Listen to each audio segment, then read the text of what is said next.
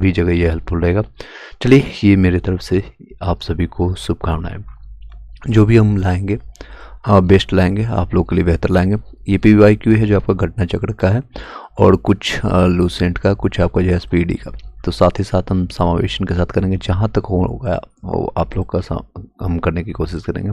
साथ दीजिएगा, और साथ साथ आप सभी को कमेंट बॉक्स में आपको मेंशन करना है हैप्पी न्यू ईयर। आप लोग को भी, सभी लोग को, आपके पूरे परिवार को शुभकामनाएं। ये साल जो भी कमियां अभी तक रही है वो आपका दूर होता चला जाए।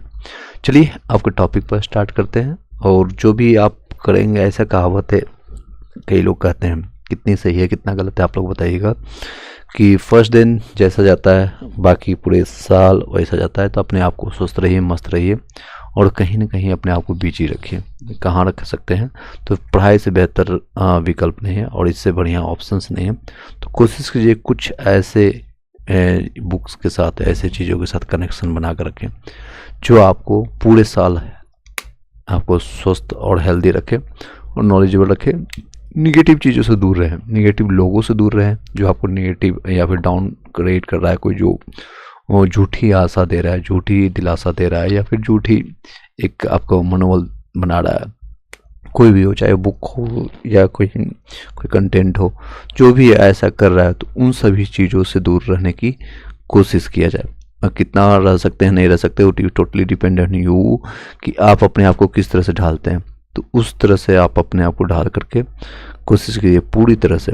और जो भी कमियां रही है आपके, जो भी सब्जेक्ट में, जो भी टॉपिक में, उसको दूर कीजिए, मेहनत कीजिए, और कोशिश कीजिए जल्द से जल्द दूर हो, और ताकि आप लोग सिलेक्शंस एज सुन एज आप उसको प्राप्त कर लें, और सफलता प्राप्त करके अपने फैमिली को, अपनी मम्मी को, अपने पापा को, अपने भाई बंधु को, सबको दिला सकें वो खुशियाँ जो उनके हक बनता है। चलिए स्टार्ट करते हैं। और ये अंतिम संघर्ष रहना चाहिए आप लोग का, और ये अंतिम मौका है। हर एक एग्जामिनेशन आप अपना अंतिम मान के चलें, उससे तैयारी करें। वर्ष 2024-25 में जितने भी इम्पोर्टेंट प्रमुख समझौते हुए हैं उसके बारे में चर्चा करते हैं। इससे पहले मैंने आपका सारा क्लासेस, आपका PYQ क्लासेस आप देखेंगे, मैंने डाल रखा है। आप प्लेलिस्ट जा करके देखेंगे तो वहाँ पर आपको सारी मेंशन मिल जाएगा। चलिए सीधे टाइम में वेस्ट करते हुए, और इससे पहले आपको सारी चीज़ें बता दी, एक एक चीज़ आप इसको देख सकते हैं। भारत में 2025 और 24 में जो आपको हुआ था, सशस्त्र सेना बलों के बीच में संरचनात्मक साझेदारी को मजबूत करने के लिए किसने किया था? आपका भारत और ऑस्ट्रेलिया के बीच में हुआ है। ये अक्टूबर 2025 में हुआ है। सशस्त्र सेनाओं के बीच में संरचनात्मक आपका साझेदारी को मजबूत किसने दिया? भारत और ऑस्ट्रेलिया के बीच में। धान से हरित हाइड्रोजन के उत्पादन के लिए कौन है? तो अक्टूबर 2025 में आपको IISc बेंगलोर और पंजाब के बीच में हम धान के लिए। संयुक्त ऋण व्यवस्था का पर सहयोग हेतु कौन है? तो आपको भारत और जापान से आपका अक्टूबर 2025 में किया गया। रक्षा सहयोग पर समझौता ज्ञापन का अंतर भारत और मोरक्को के बीच में सितंबर 2025 में। रक्षा आपका सहयोग से समझौता ज्ञापन किसने किया था? रक्षा आपका सहयोग पर समझौता आपका ज्ञापन किया है भारत और मैक्सिको के, मोरक्को के बीच में। तो आपका भारत और मोरक्को याद रखिए।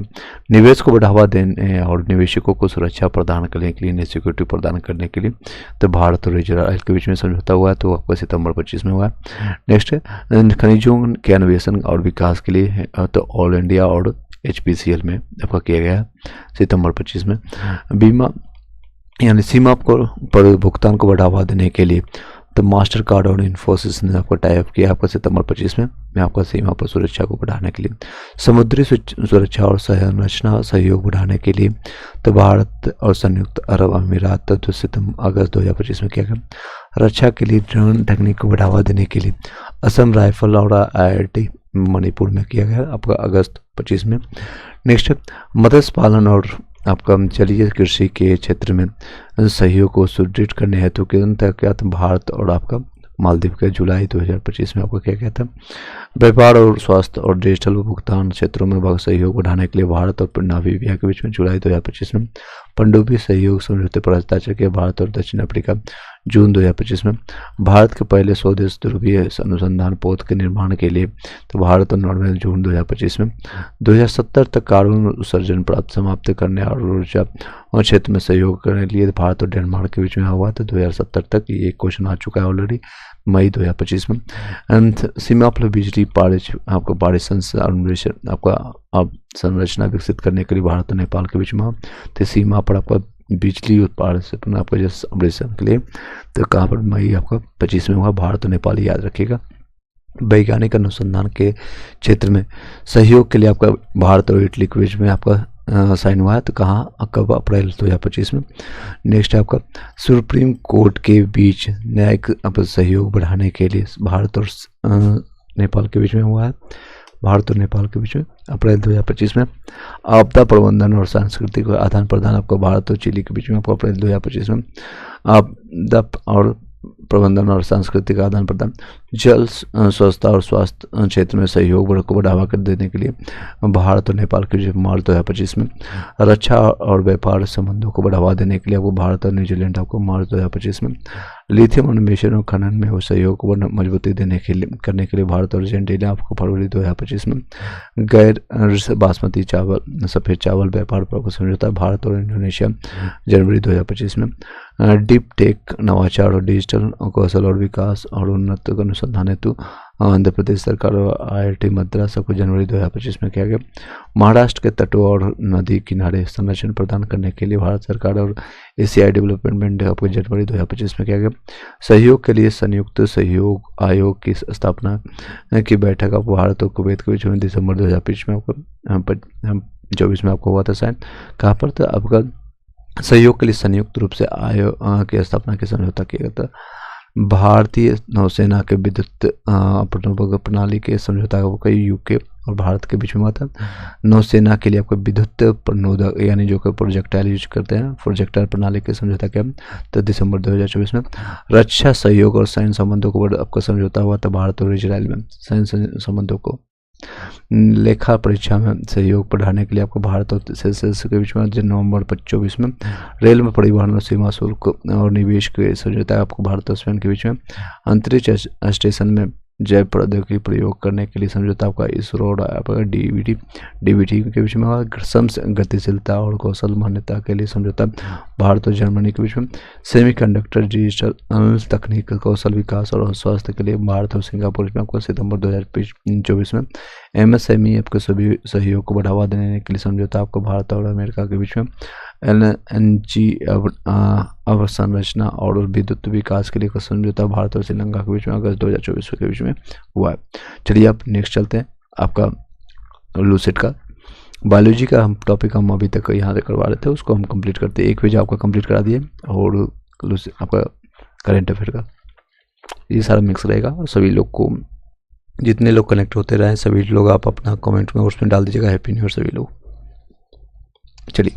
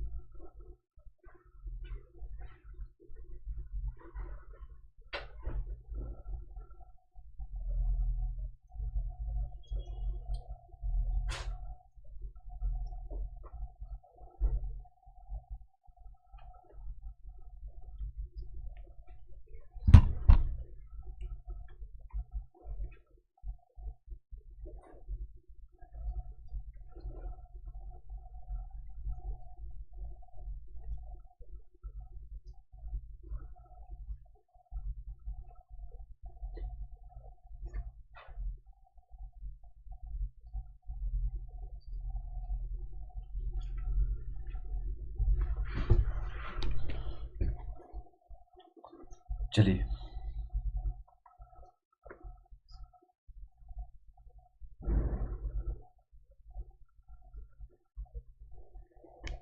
आई होप यू भाईचारा होगा, एक बार बता दीजिएगा यस नो में भी।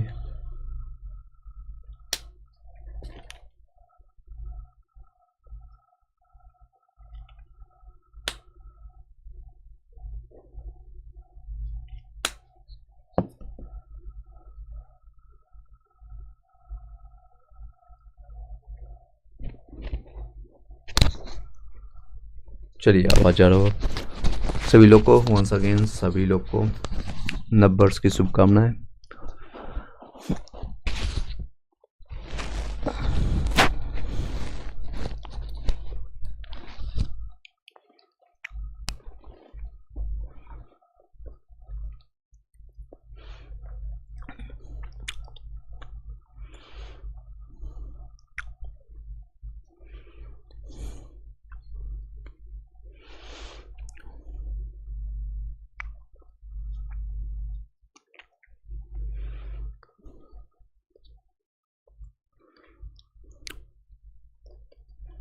चलिए जितने लोग एक बार ज्वाइन करते जाएं, सभी लोग अपना कमेंट बॉक्स में अपना विचार रखते जाएगा। एक कविता हमें याद आ रही है जो आप लोग हर बार सुनते होंगे और आप लोगों ने सुना होगा, बट उसको रिफाइंड करना ज़रूरी है। खास कर लिए जब हर साल जब नववर्ष आती है, सभी लोग एक दूसरे को ये जो ग्रेडियन नववर्ष आता है और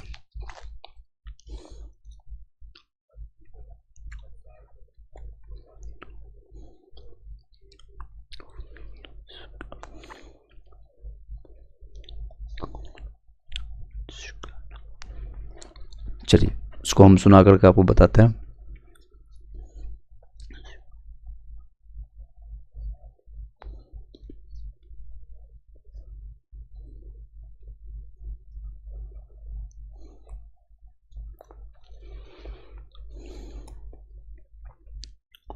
चलिए मैं आपको सुनाना चाहूँगा और आप लोग ध्यान से सुनिएगा। ये रामधारी सिंह दिनकर जी राष्ट्र कवि जो कर रहने वाले और जो बिहार के रहने वाले, मैं इसको ऑडियो फॉर्मेट में आपको बता रहा हूँ, आप इसको सुन लीजिएगा। ये नववर्ष हमें स्वीकार नहीं, ये अपना त्यौहार नहीं, ये अपनी ये तो रीत नहीं, ये अपना ये व्यवहार नहीं।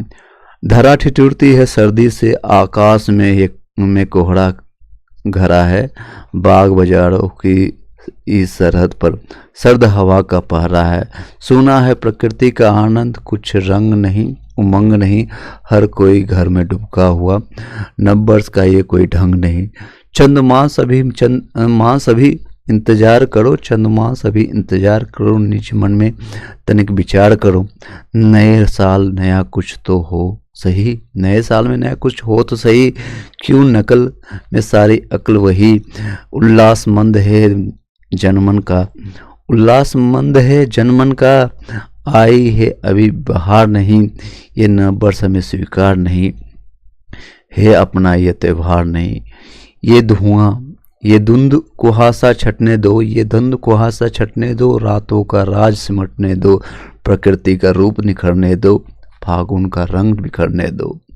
ये धुंध कुहासा छटने दो, रातों का राज सिमटने दो, प्रकृति का रूप निखरने दो, फागुन का रंग बिखरने दो, प्रकृति का दुल्हन का रूप धार, प्रकृति जो है दुल्हन का रूप धार, जब स्नेह सुधा बरसाएगी, सस्य श्यामला धरती माता, घर घर खुशियाँ लाएगी। जब चैत्र शुक्ल की प्रथम तिथि नववर्ष मनाया जाएगा, आर्यवर्त की पुण्य भूमि, आर्यवर्त की शुक्र करते हैं, आर्यवर्त आपके हमें पूरे आर्यवर्त यानी कि भारत की पुण्य भूमि पर जन गान सुनाया जाएगा। युक्ति प्रमाण से स्वयं सिद्ध है, यानी जिसको प्रूव करते हैं हम मैथमेटिकली टर्म में, हेंस प्रूफ LHS बराबर RHS। युक्ति प्रमाण से स्वयं सिद्ध, नववर्ष हमारा हो प्रसिद्ध, आर्यों की कीर्ति सदा सदा, नववर्ष चैत्र शुक्ल प्रतिपदा, अनमोल विरासत के धनी को हो चाहिए कोई उद्धार नहीं, ये नववर्ष हमें स्वीकार नहीं, ये अपना त्यौहार नहीं, है अपनी ये तो रीत नहीं, है अपना ये त्यौहार नहीं। एनीहाउ चलिए ग्रेडियंस जो आपका डेट चेंज हुआ है उसके लिए शुभकामनाएं। बट ये अगर आप रामधारी सिंह दिनकर की कविता को देखेंगे तो ये एक्चुअली अगर देखेंगे नेचर से हमारा कोई तालमेल है नहीं। ये आज 31 दिसंबर और 1 जनवरी अगर नेचर के हिसाब से देखेंगे कोई चेंजेस नहीं होता। और हमारे जो है आता है चैत्र मास का जो पहले दिन उसको हम मानते हैं, यानी जब आपका 1 अप्रैल आता है और मार्च का महीना जो कंप्लीट होता है, फागुन आता है, होली के समय के बाद जो एक्चुअल आपको नेचर आपको खिलखिला के अपने चारों हाथे से यानी पूरे बाँह से ओपन कर करके आपको बताती है कि हाँ आप नववर्ष है और आप लोग पूरे हर्षोल्लास से उसको मनाइए।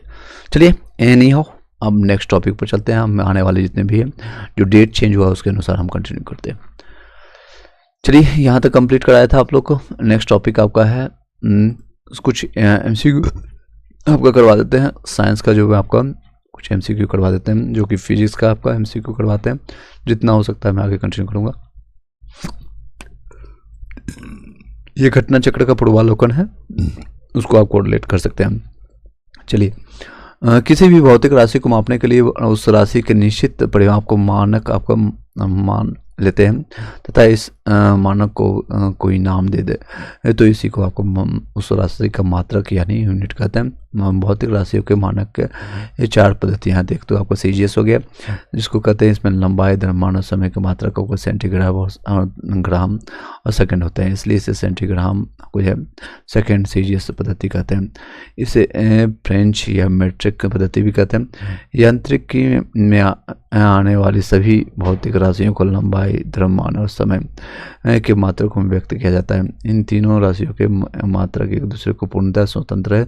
इनमें से किसी एक को किसी अन्य मात्रक में बदला अथवा उससे संबंधित नहीं किया जा सकता है। इन राशियों को मूल राशियाँ कहते हैं और इन मात्रकों को मूल मात्रक कहते हैं। एपीएस में पद्धति में इसे ब्रिटिश पद्धति में भी कहते हैं, यानी ब्रिटिश उसमें बनाया। इस पद्धति में लंबाई, द्रव्यमान, समय के मात्रक आपका लंबाई का फुट हो गया, द्रव्यमान का पाउंड हो गया, समय का सेकंड होता है। एमकेएस पद्धति में इस पद्धति में लंबाई, द्रव्यमान, समय का मात्रक आपका मीटर, किलोग्राम और सेकंड होता है। एसआई पद्धति में इस वर्ष 1960 में पेरिस में आपका अंतर्राष्ट्रीय मापतौल के महाधिवेशन में इस पद्धति का स्वीकार किया गया था। वर्तमान में इस पद्धति का प्रयोग जो आपको इस पद्धति के जो है 7 मूल मात्रक याद रखिएगा। लंबाई का मीटर, द्रव्यमान में आपका किलोग्राम और समय का सेकंड, ताप का केल्विन, विद्युत धारा का एम्पियर और ज्योतिष तीव्रता का कैंडला और पदार्थ का परिणाम जो आपका मोल के रूप में जानते हैं। स्पष्ट है उपरोक्त 7 सभी जो है मूल राशियाँ जैसे लंबाई, द्रव्यमान, समय, आपका ताप, विद्युत धारा, ज्योतिष तीव्रता, पदार्थ का परिमाण के मात्रकों का आधारित जो है पद्धति को अंतर्राष्ट्रीय मात्रक यानी इंटरनेशनल सिस्टम के रूप में जानते हैं। सिस्टम ऑफ यूनिट्स एसआई कहते हैं। मीटर की परिभाषा नई परिभाषा के तहत 1 मीटर वो दूरी होता है जो निर्वात के प्रकाश के किरण सेकेंड के 1/, देख सकते हैं कितना, तो 2,99,79,000 वो याद रखिए, इकाई दहाई से करब, हजार, 10,000, लाख, 10 लाख, करोड़ यानी कि 29,29,92,458 में हिस्से में तय किया जाता है। ये सारे किलोग्राम की परिभाषा जो है 1 किलोग्राम पेरिस में लिखे गए आपका प्लेटिनम रेडियम के एक विशेष टुकड़े का द्रव्यमान माना गया है। व्यवहार में 1 किलोग्राम 4 डिग्री सेंटीग्रेड के 4 लीटर जल का द्रव्यमान होता है। हालांकि मई 2019 से भारत सहित विश्व के 101 देशों ने किलोग्राम की नई परिभाषा को अपना लिया है। अब 1 किलोग्राम को प्लांक नियतांक के आधार पर मापा जाएगा। सेकंड की परिभाषा 1 सेकंड पर समांतराल, वह समांतराल जिसमें परमाणु का आपका घड़ी आप जिसमें सीजीएम आपको 133 होता है, परमाणु आपका होता है कितना, तो 9, इसको भी देखिए इकाई दहाई से ग्राम नाप लीजिए, हजार, लाख, इसमें जो किया गया इकाई दहाई से 1000, 10,000, लाख, 10 लाख, 10 लाख, करोड़, 10 करोड़, अरब, यहाँ पर आपका 10 अरब 19 लाख, आपका 20 लाख 31,710 कंपन होते हैं। एम्पियर की परिभाषा 1 एम्पियर विद्युत धारा को वह धारा है जो निर्वात में 1 मीटर की दूरी को ऊपर स्थित 2 सीधे लंबवत अनंत लंबाई के समांतर तारों में से प्रवाहित होने की। ये सारी चीज़ें देख ली, उसको इम्पोर्टेंट नहीं, बस ये याद रखिएगा। ये केल्विन के परिभाषा में ट्रिपल पॉइंट होता है जिसमें 1/273.6 हिस्सा होता है, ये देख सकते हैं। ये मई 2019 में अंगीकृत किया गया था प्रयोग केल्विन और बोल्ट्जमैन नियतांक का। कैंडला की जो है परिभाषा किसी निश्चित दिशा में किसी प्रकाश स्रोत की ज्योतिष तीव्रता एक कैंडला होता है, वो कही जाती है जब ये स्रोत उस दिशा में 540 × 10⁻12 हर्ज होता है और 1/1 आपका 683 आपको वाट पर स्टेयर रेडियन एक का वर्गीकरण किया जाता है। आयतन का मात्रक लंबाई गुणे चौड़ाई गुणे ऊंचाई होता है, तो इसलिए मीटर क्यू इसका होगा। घनत्व का किलोग्राम पर मीटर क्यू। वेग का विस्थापन बटे समय होता है, मीटर प्रति सेकंड हो गया। त्वरण आपका मीटर प्रति सेकंड स्क्वायर हो गया। बल का मात्रक होगा किलोग्राम मीटर प्रति सेकंड स्क्वायर के रूप में जानते हैं, या न्यूटन। कार्य का न्यूटन मीटर होता है, इसे जूल भी कहते हैं। आपका शक्ति का आपका न्यूटन जूल पर सेकेंड या आपका वाट भी कहते हैं। समतल कोण रेडियन से और धन कोण को यानी कि इसको सॉलिड एंगल को स्टेयर रेडियन से नापते हैं। मोल की परिभाषा होता है एक मोल किसी पदार्थ की वो मात्रा है जिसमें उस पदार्थ के आपके अवयवों की संख्या C12 आपको 0.012 किलोग्राम होता है, में परमाणुओं की संख्या के बराबर होता है। मई 2019 में से अंगीकृत नई परिभाषा के तहत मोल को एवोगाड्रो नियतांक द्वारा परिभाषित किया गया। व्युत्पन्न मात्रक लंबाई द्रव्यमान समय विद्युत धारा ताप ज्योतिष तीव्रता पदार्थ के परिमाणों के अतिरिक्त अन्य सभी भौतिक राशियों के मात्रक एक अथवा अधिक मूल मात्रकों पर आपका उपयुक्त घातों लगा करके प्राप्त किए जाते हैं। ऐसे मात्रों को व्युत्पन्न मात्रक कहते हैं। क्वेश्चन पर चलते हैं जो कि बीपीएससी में पूछा गया, अभी प्रीवियस ईयर क्वेश्चन सारा करवा लेंगे। देखिए कौन सी है जो है भौतिक राशियाँ हैं, तो इसमें देख सकते हैं बल हो गया, वेग हो गया, विद्युत धारा हो गया, भौतिक हो गया, मूल भौतिक राशियाँ। याद रखिएगा, ये छोड़ने मत दीजिएगा, छोड़िएगा तो क्वेश्चन गलत हो जाएगा। तो मूल आपको भौतिक विद्युत धारा है, इसके मात्रक कौन है, अभी मैंने बताया था, ये मूल भौतिक राशि है, एम्पियर। ठीक है, चलिए इसकी व्याख्या देखते हैं। लंबाई द्रव्यमान और समय विद्युत धारा आपका और ज्योतिष तीव्रता और पदार्थ का परिमाण, ये सातों जो है याद रखिएगा कितने हैं, 7 इसके मूल मात्रक है, बाकी सब व्युत्पन्न है यानी उससे बने हुए मात्रक है। मूल राशियों के मात्रक एक दूसरे से आपका पूर्णतः स्वतंत्र होते हैं। इनमें से किसी को एक पर आपका अन्य मात्रा में बदला या उससे संबंधित मतलब कोई संबंध है नहीं तो बदला नहीं जा सकता। शक्ति का मात्रक मैंने बताया अभी वाट होता है, वाट लगा देंगे, शक्ति जिसके पास ज़्यादा होगा। भौतिक में शक्ति और विद्युत आप शक्ति वो दर है जिसमें कोई कार्य आपका मतलब कार्य करने की दर को शक्ति कहते हैं। कार्य बटे समय इसको मात्रक है इसका वाट, इसको जूल प्रति सेकंड भी कहते हैं। विद्युत शक्ति सेम है, वो इसको वाट के रूप में इसको परिभाषित किया गया। नेक्स्ट है बल का मात्रक क्या है, तो न्यूटन या किलोग्राम मीटर प्रति सेकेंड के रूप में मीटर प्रति सेकेंड स्क्वायर के रूप में जानते हैं। किसी वस्तु पर लगाया गया बल कोई वस्तु के द्रव्यमान और उससे उत्पन्न होने वाले त्वरण के गुणनफल को होता है। कार्य बराबर क्या होता है, कार्य एक मात्रक जूल होता है। जब किसी वस्तु पर बल लगा करके विस्थापन आपको उत्पन्न किया जाता है तो बल और कार्य किया गया कार्य बल और विद्युत बल की दिशा में विस्थापन के गुणनफल होता है। तो ये स्केलर क्वांटिटी होता है, इसका मात्रक न्यूटन मीटर या जूल होता है। आवृत्ति का मात्रक क्या होता है, मापा जाता है आपका हर्ज से, याद रखिएगा हर्ज। और मनुष्य कितने हर्ज तक सुनता है आपका, तो मनुष्य से समानता आपको 20 से 20,000 हर्ज होता है। 20 से ज़्यादा का प्राशब्द कहते हैं, 20 से कम को अपशब्द कहते हैं। कुत्ते जो है ध्वनियाँ इन ध्वनियों को सुन सकता है। हर्ज क्या नापता है, तो आपका आवृत्ति को नापता है। चालक की विद्युत प्रतिरोधकता क्या होती है, तो बताइएगा, इसमें से कोई भी नहीं है ऑप्शन में, ना एम्पियर है, ना वोल्ट है, ना ओम है। चलिए इसका मात्रक है किसी पदार्थ की विद्युत प्रतिरोधकता इलेक्ट्रिक रेजिस्टिविटी से उस पदार्थ द्वारा विद्युत धारा के प्रभाव का विरोध करने की क्षमता का पता चलता है। कम प्रतिरोधकता वाले पदार्थ आसानी से विद्युत आवेश को चलने देते हैं। इसका ऐसा ही मात्रक ओम मीटर होता है। विद्युत प्रतिरोधकता ओम R/A/L के रूप में जानेंगे। आर आपका पदार्थ का विद्युत प्रतिरोध ओम से होता है। आई पदार्थ के टुकड़े की धारा की दिशा में लंबाई मीटर में। ए आपका धारा की दिशा में लंबवत पदार्थ का क्षेत्रफल वर्ग मीटर में होता है। दिए गए आपको विकल्प में फेराज धारिता कैपेसिटेंस का आपका मात्रक है। वोल्ट विद्युत विभवांतर का। एम्पियर विद्युत धारा का। ओम आपका जो होता है विद्युत प्रतिरोध का मात्रक होता है।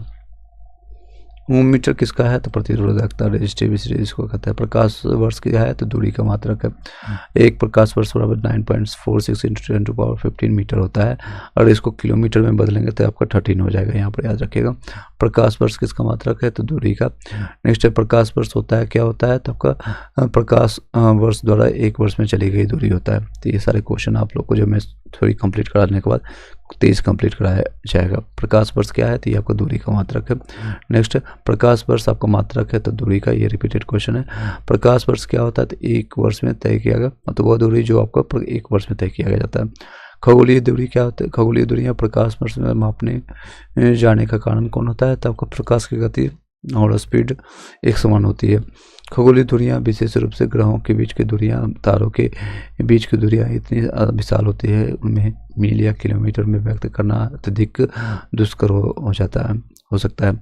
इन्हें एस्ट्रोनॉमिकल यूनिट कहते हैं। ये प्रकाश वर्ष आपको पार्सेक इत्यादि में मापा जाता है। पूरे ब्रह्मांड में प्रकाश की गति स्थिर होती है और उच्च परिशुद्धता हाई प्रेसिजन के लिए जाना जाता है। इसी कारण से खगोलीय दूरियों को प्रकाश वर्ष में मापा जाता है। एक पार्सेक तारों संबंधित दूरियों को मापने का मात्रक क्या है तो बताएगा तो आपका 3.25 प्रकाश वर्ष है। एक पार्सेक जो है तारों की दूरियां कितना मापा जाता है 3.25 आपको प्रकाश वर्ष के रूप में मापा जाता है। एक पार्सेक बराबर होता है, इनका संक्षिप्त होता है, इसका प्रयोग जता लंबी दूरियों को व्यक्त करने के एक पार्सेक बराबर 3×10⁻16 मीटर होता है। एक प्रकाश वर्ष 9.46 × 10⁻15 मीटर होता है, 10⁻15 मीटर के रूप में। एक पार्सेक बराबर 3.246 प्रकाश वर्ष होता है। पार्सेक मात्रक होता है दूरी का। माप की कौन सी इकाई जो है 0.39 से गुना करके ने पर इंच में आपको प्राप्त किया जाता है तो आपको सेंटीमीटर 0.39 से मल्टीप्लाई करने के बाद 1 सेंटीमीटर होता है 3.39 इंच के रूप में होता है। एक इस अतः सेंटीमीटर इकाई में 0.39 से गुना करने पर इंच प्राप्त होता है। उल्टा कर लेंगे तो इसको तो इसे मल्टीप्लाई कर देंगे तो इंच 1 इंच प्राप्त होगा। 6 फीट आपका लंबे व्यक्ति की ऊंचाई आपका नैनोमीटर में कैसे व्यक्त किया जाता है तो उससे आपका 183 से उसको मल्टीप्लाई कर देंगे इंटू 10⁻7 नैनोमीटर होता है। 1 नैनोमीटर आपका 10⁻9 मीटर होता है। 1 फीट बराबर 0.305 मीटर होता है। 1 फीट आपका 30.5 × 10⁻7 नैनोमीटर होता है। 6 फीट बराबर होता है 6 × 30.5 × 10⁻7 नैनोमीटर होता है, या 183 इंटू 10⁻7 नैनोमीटर। 1 नैनोमीटर होता है आपको 10⁻⁻7 सेंटीमीटर। नैनोमीटर मीट्रिक प्रणाली में लंबाई के माप की एक इकाई है जो आपको 1 × 10⁻9 के रूप में मीटर के समतुल्य होता है। 1 नैनोमीटर और 10⁻9 के रूप में जानते हैं। 1 मीटर बराबर 100 सेंटीमीटर होता है। इसको 100 यहाँ मल्टीप्लाई कर देंगे तो 2 घट जाएगा, 10⁻7 आ जाएगा। ठीक है, याद रखिएगा।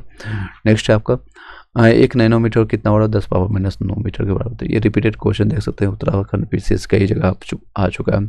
1 नैनोमीटर लंबाई का एक सूक्ष्म मात्रक होता है जिसे nm द्वारा संकेतित किया जाता है। 1 नैनोमीटर आपको मीटर का एक अड़वा ऐसा होता है जिसका आपको मान होता है 10 एंगस्ट्रॉम का। 1 नैनोमीटर बराबर होता है 1/10वां अरब, यानी कि 10 अरब हिस्सा होता है। 10⁻9 इसको मीटर के रूप में जानते हैं। एम्पियर मात्रक होता है विद्युत धारा का। नेक्स्ट है एम्पियर विद्युत धारा को मापने की एक इकाई है। यदि किसी चालक की तार में एम्पियर की धारा प्रवाहित हो रही है तो इसका अर्थ होता है उस तार में प्रति सेकंड आपका 6.25 × 10⁻18 इलेक्ट्रॉन जो होता है एक सिरे से प्रविष्ट करते हैं। इतने ही इलेक्ट्रॉन प्रति सेकंड दूसरे सिरे से बाहर निकल जाते हैं। मेगावाट बिजली को नापने की इकाई है किसका तो उत्पादित की जाती है। मेगावाट बिजली की नापने की इकाई है जो विद्युत उत्पादन में उत्पन्न की जाती है। 1 मेगावाट बराबर 10⁻6 आपका वाट के बराबर होता है। नेक्स्ट इसको मिलान करना है तो त्वरण का न्यूटन प्रति सेकंड मीटर प्रति सेकंड स्क्वायर होगा, बल का न्यूटन होगा और कार्य का आपका जूल हो गया और आवेग का न्यूटन सेकंड हो गया। तो इसको मिला लीजिए, डी इसका सही है। नेक्स्ट आपका ये सारे याद हो गए होंगे आपका। नेक्स्ट आपका ऐसा यूनिट आपको कौन सा सही नहीं है। कार्य का जूल तो ये सही है, बल का न्यूटन भी है, दाब का डाइन नहीं होगा, ये पॉइजन को होता है, बल का किलोग्राम, तो ये आपका डी ऑप्शन हो जाएगा। आपका दाब का पास्कल होता है, याद रखिएगा, सीजीएस यूनिट। नेक्स्ट है कौन सा आपका सही मात्रक नहीं है सॉरी किसी का मात्रक, मतलब किसी इसका मात्रक नहीं है। तो विकृति यानी जिसको स्ट्रेन इंग्लिश में कहते हैं, इसका कोई भी मात्रक नहीं है, याद रखिएगा। परिभाषा जान ली, किसी वस्तु की सीमा बीमा में आपका आया परिवर्तन उस वस्तु की भी आपका मूल बीमा के अनुपात का होता है, इसलिए बीमाहीन होता है और इसका मात्रकहीन होता है। वट शक्ति, वट शक्ति का मतलब और कैलोरी ऊष्मा के रूप में जानते हैं इसको, तो आपका इसका 1 होगा। नोट आपका जानेंगे, तो नोट आपका समुद्री जहाज की गति को नापता है। नॉटिकल मील आपका नौसेना नौचालन को, तो इसका सी आंसर हो जाएगा। नेक्स्ट है आपका, चलते हैं क्वेश्चन पर। चलिए, जूल का मात्रक क्या है, तो कार्ड जूल का मात्रक एम्पियर विद्युत धारा, मैंने अभी बताया कई बार, तो विद्युत धारा ये ऊपर हो गया। और वाट शक्ति, शक्ति कहाँ पर है, सामर्थ्य को शक्ति कहते हैं। और वोल्ट आपको विभवांतर को मापता है, वोल्ट विभवांतर को कैलोरी ऊष्मा से, तो ये इस तरह से कोलेट करेंगे तो कौन सा आ जाएगा, ए ऑप्शन इसका। चलिए नेक्स्ट है, कौन सा सम्मिलित नहीं, कौन सा सही नहीं है। नोट से जहाज के चालन मापते हैं स्पीड, ठीक है। नॉटिकल में नौचालन याद रखिएगा, नौचालन में प्रयुक्त की दूरी को नापते हैं, डिस्टेंस को मापते हैं। एंगस्ट्रम आपका तरंग की इकाई माप का।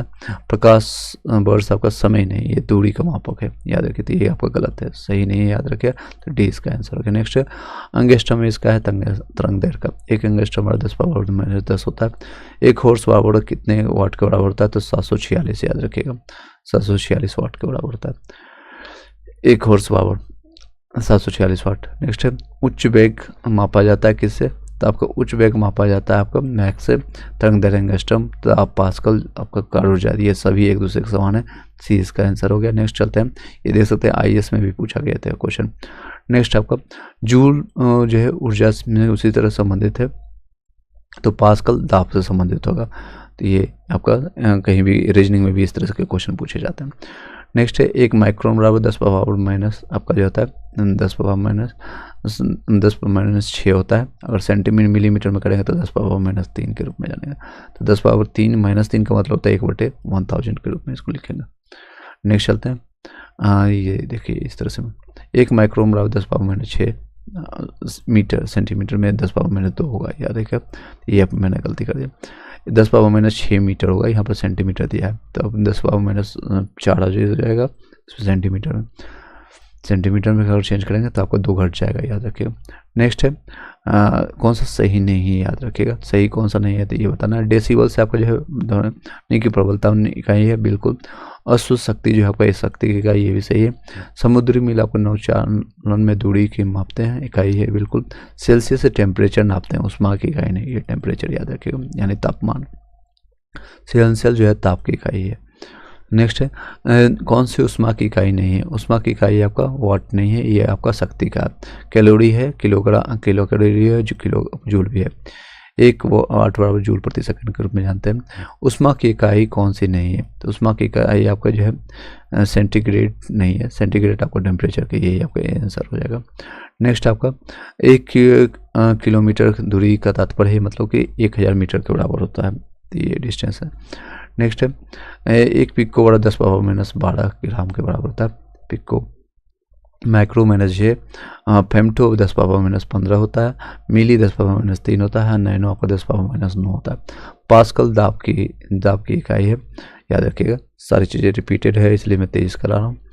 नेक्स्ट है, दाब की मात्रा क्या है, तो आपको मैंने बताया अभी, न्यूटन प्रति मीटर के रूप में जानेंगे, न्यूटन प्रति मीटर के रूप में जानेंगे। नेक्स्ट है न्यूटन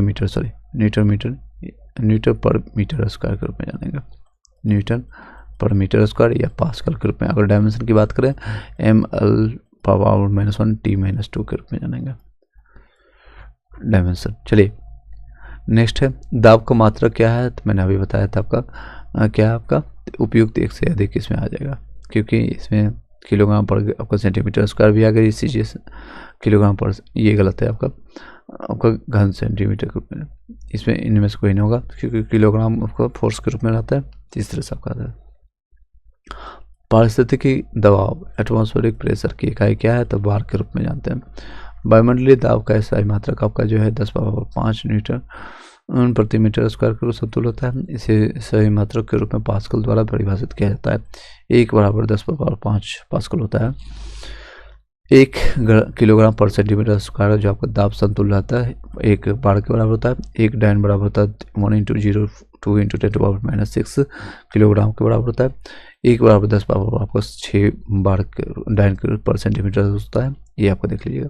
नेक्स्ट अदिश राशि कौन सा है? अदिश राशि मैंने बताया था, इसका परिभाषा क्या है? जिसका सिर्फ और सिर्फ मैग्नीट्यूड हो, यानी कि मापन किया जा सकता है, डायरेक्शन का नहीं पता हो। तो इसमें इसका सभी का कर सकते हैं। ये सब सदिश है, ये अदिश आपका हो गया, दाब आपका अदिश है। चलिए नेक्स्ट है निम्नलिखित में से कौन सा कथन सही है? याद रखिएगा, तो उसका उत्तर चेंज करें। यह एक विद्युत विभव एक क्या है? अदिश राशि है, बिल्कुल ये सही है। सदिश नहीं, कोई एक ही चीज़ हो सकता है, ये तो सदिश या अदिश। तो विद्युत विभव है। अब विद्युत क्षेत्र की बारे में करेंगे तो ये आपका सदिश होगा। तो ये ऑप्शन इसका सही है, ये ऑप्शन। चलिए नेक्स्ट है तेल को जो है आपका एक बैरल निम्नलिखित में किसके बराबर होता है? 159 लीटर के बराबर होता है। एक बराबर 159 लगभग के बराबर होता है। नेक्स्ट है आपका लंबाई की न्यूनतम इकाई क्या होता है? तो फर्मीमीटर।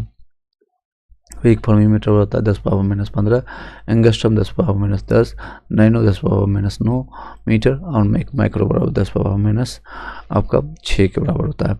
आई होप कि सभी लोग को इंटरेस्टिंग लग रहा होगा। 50 क्वेश्चन मैंने कम समय में करवा दिया। चलिए जितना कर सकते हैं आगे कंटिन्यू करते हैं। बताइएगा इसका मात्रक क्या है? तो क्यूसेक आपका ना प्रवाह की दर को मापते हैं। क्यूसेक से प्रवाह की दर को। वाइट को आपका कंप्यूटर में यूज होता है। वाइट रिएक्टर क्या होता है? भूकंप की तीव्रता को मापते हैं। बाढ़ आपका दाब का मात्रक है। तो इससे कोरिलेट करेंगे तो बी आपका आंसर सही है। नेक्स्ट है क्यूसेक आपका जो है मैंने बताया आपका जल की प्रवाह या फिर आपका बहाव को मापते हैं, धारा जिसको कहते हैं। निम्नलिखित में से कौन से एक वायुमंडल के ओजोन की परत की मोटाई नापने का काम होता है? तो डॉप्सन याद रखिएगा, डॉप्सन। वायुमंडल में ओजोन परत की मोटाई आपको जो डॉप्सन में मापे जाते हैं। एक डॉप्सन आपका इकाई जो होता है मानक में दाब का 10 माइक्रोमीटर बराबर व्यक्त करता है। एक डॉप्सन के टाइम 2.69 × 10⁻20 ओजोन प्रति क्रिस्टल होता है। डॉप्सन इकाई है तो ओजोन की परत की मोटाई नापने के लिए। रिपीटेड क्वेश्चन है। नेक्स्ट आप ये टॉपिक आपका कंप्लीट हो गया। मात्रक और उसके पैमाने हैं, इसको पूरा हम याद करवा देते हैं। ये सारे इंपॉर्टेंट है, याद रखिए। चलिए यहाँ तक सभी लोग एक बार सभी लोग लिख दीजिएगा। सभी जितने लोग ज्वाइन करते जा रहे हैं, हैप्पी न्यू ईयर सभी लोग को वंस अगेन, जो अभी चेंज हुआ है। चलिए मात्रक और उनके जो है पैमाने। अल्टीमीटर से हम क्या नापते हैं? तो आपको ऊंचाई मापक आपका यंत्रक होता है, विमानों में आपका प्रयोग होता है। आमीटर आपका विद्युत धारा और मापक यंत्र होता है। अनिमोमीटर आपका वायु वेग मापी होता है। एंटीमिनोमीटर होता है आपका सौर विकिरण मापक होता है। एंटोमीटर होता है बाष्पीकरण मापक होता है। ऑडियोमीटर ध्वनि की तीव्रता मापी यंत्र है। नेक्स्ट आपका बैरोग्राफ आपका वायुमंडलीय दाब का नियंत्रक मापक कंटिन्यूस आपका रिकॉर्डिंग करने वाला यंत्र है। बैरोमीटर आपका वायुमंडलीय आपका दाब मापी यंत्र है। बोलोमीटर आपका जो होता है उष्मीय और विद्युत चुंबकीय आपका विकिरण संयोजक आपका यंत्र है। कैलिपर्स आपका जो होता है वस्तुओं के आंतरिक उपाय आपका व्यास को यानी कि डायमीटर को मापने का वाला यंत्र था। कैलोरीमीटर आपका पदार्थ द्वारा अवशोषित या मुक्त आपका की गई उष्मा हीट की मात्रा को मापने का वाला यंत्र है। कार्डियोग्राफ आपका जो है हृदय की गति को रिकॉर्ड करने वाला उपकरण है। क्रोनोमीटर समय का आपका पूर्ण परिशुद्धता के साथ मापन करने वाली घड़ी जिसका प्रयोग मुख्यतः नाविकों द्वारा समुद्र में किया जाता है। कैलोरीमीटर रंगों की तीव्रता इंटेंसिटी को मापने द्वारा पदार्थों की सांद्रता का पता लगाने में प्रयोग किया जाने वाला उपकरण है। कैथोरोमीटर कैथोटोमीटर आपका जो ऊर्ध्वाधर दूरी यानी ऊंचाई मापक होता है। नेक्स्ट है क्रायोमीटर। क्रायोमीटर आपका एक प्रकार का थर्मामीटर होता है जिसका प्रयोग अति निम्न तापमान को मापने के लिए, न्यूनतम टेम्परेचर को। एक होता है पायरोमीटर। पायरोमीटर उच्च तापमान को करता है। पायसो पायरो ऊपर से लगता है, पाया से कैलकुलेट कर सकते हैं यानी उच्च, और क्रायो से कढ़ाई करता है। बच्चा जब गिरता है तो कढ़ाई करता है, इससे कैलकुलेट कर सकते हैं। कढ़ाई मतलब न्यूनतम टेम्परेचर। नेक्स्ट है साइक्लोट्रॉन। एक प्रकार का कण आपका त्वरण है जो अवशोषित कणों की गति को बढ़ाने में प्रयुक्त होता है अवशोषित कणों का। नेक्स्ट है कैस्क्रोग्राफ, पौधों की आपको वृद्धि को मापने वाला उपकरण है। नेक्स्ट है डिलेटोमीटर, डिलेटोमीटर पदार्थ की आपका आयतन में होने वाले परिवर्तनों को नापता है। डिलेटोमीटर पदार्थ में आयतन यानी वॉल्यूम जो चेंज हुआ है परिवर्तन उसको मापता है डिलेटोमीटर। कैस्क्रोग्राफ क्या होता है, पौधों की वृद्धि में मापने वाला उपकरण है। स्लाइकोट्रॉन आपता है एक प्रकार का कण त्वरक होता है जो अवशोषित कणों की गति को बढ़ाने में प्रयुक्त होता है। नेक्स्ट है डिप सर्किल, डिप सर्किल इस यंत्र की मदद से किसी स्थान के नति कोण यानी डिप एंगल का पता लगाते हैं, यानी अंदर में कितना एंगल बन रहा है इस तरह से थीटा नापने का डिप सर्किल के रूप में जानते हैं। डायनेमोमीटर होता है यांत्रिक ऊर्जा को विद्युत ऊर्जा में यानी कि मैकेनिकल एनर्जी को इलेक्ट्रिक एनर्जी में ट्रांसफर कर, जैसे आपका एग्जाम्पल आपने देखा होगा मोटर हो गया, कई चीज़ें। डायनेमोमीटर बल आघूर्ण या शक्ति को मापने वाला उपकरण होता है। EEG ये कई बार ग्रुप डी में पूछा गया है, जिसको फुल फॉर्म भी कई बार पूछता है, तो इलेक्ट्रोइंसिफलोग्राफ के रूप में जानते हैं, इलेक्ट्रोइंसिफलोग्राफ के रूप में जानते हैं। मस्तिष्क से संबंधित है, कई क्वेश्चन आता है EEG किससे संबंधित है, तो ऑप्शन में आपका रहेगा मस्तिष्क, लीवर, आपका आंत, छोटी आंत, बड़ी आंत, इस तरह से आपका ऑप्शन में ये मस्तिष्क से संबंधित है। आपका EEG आपको जो है मस्तिष्क के विद्युत गतिविधि को आपको मापने वाला यंत्र है। इलेक्ट्रोमीटर विद्युत आवेश या विभवांतर विद्युत अंतर को मापने वाला उपकरण है। इलेक्ट्रोस्कोप किसी निकाय में विद्युत आवेश की उपस्थिति का पता लगाने वाला उपकरण है।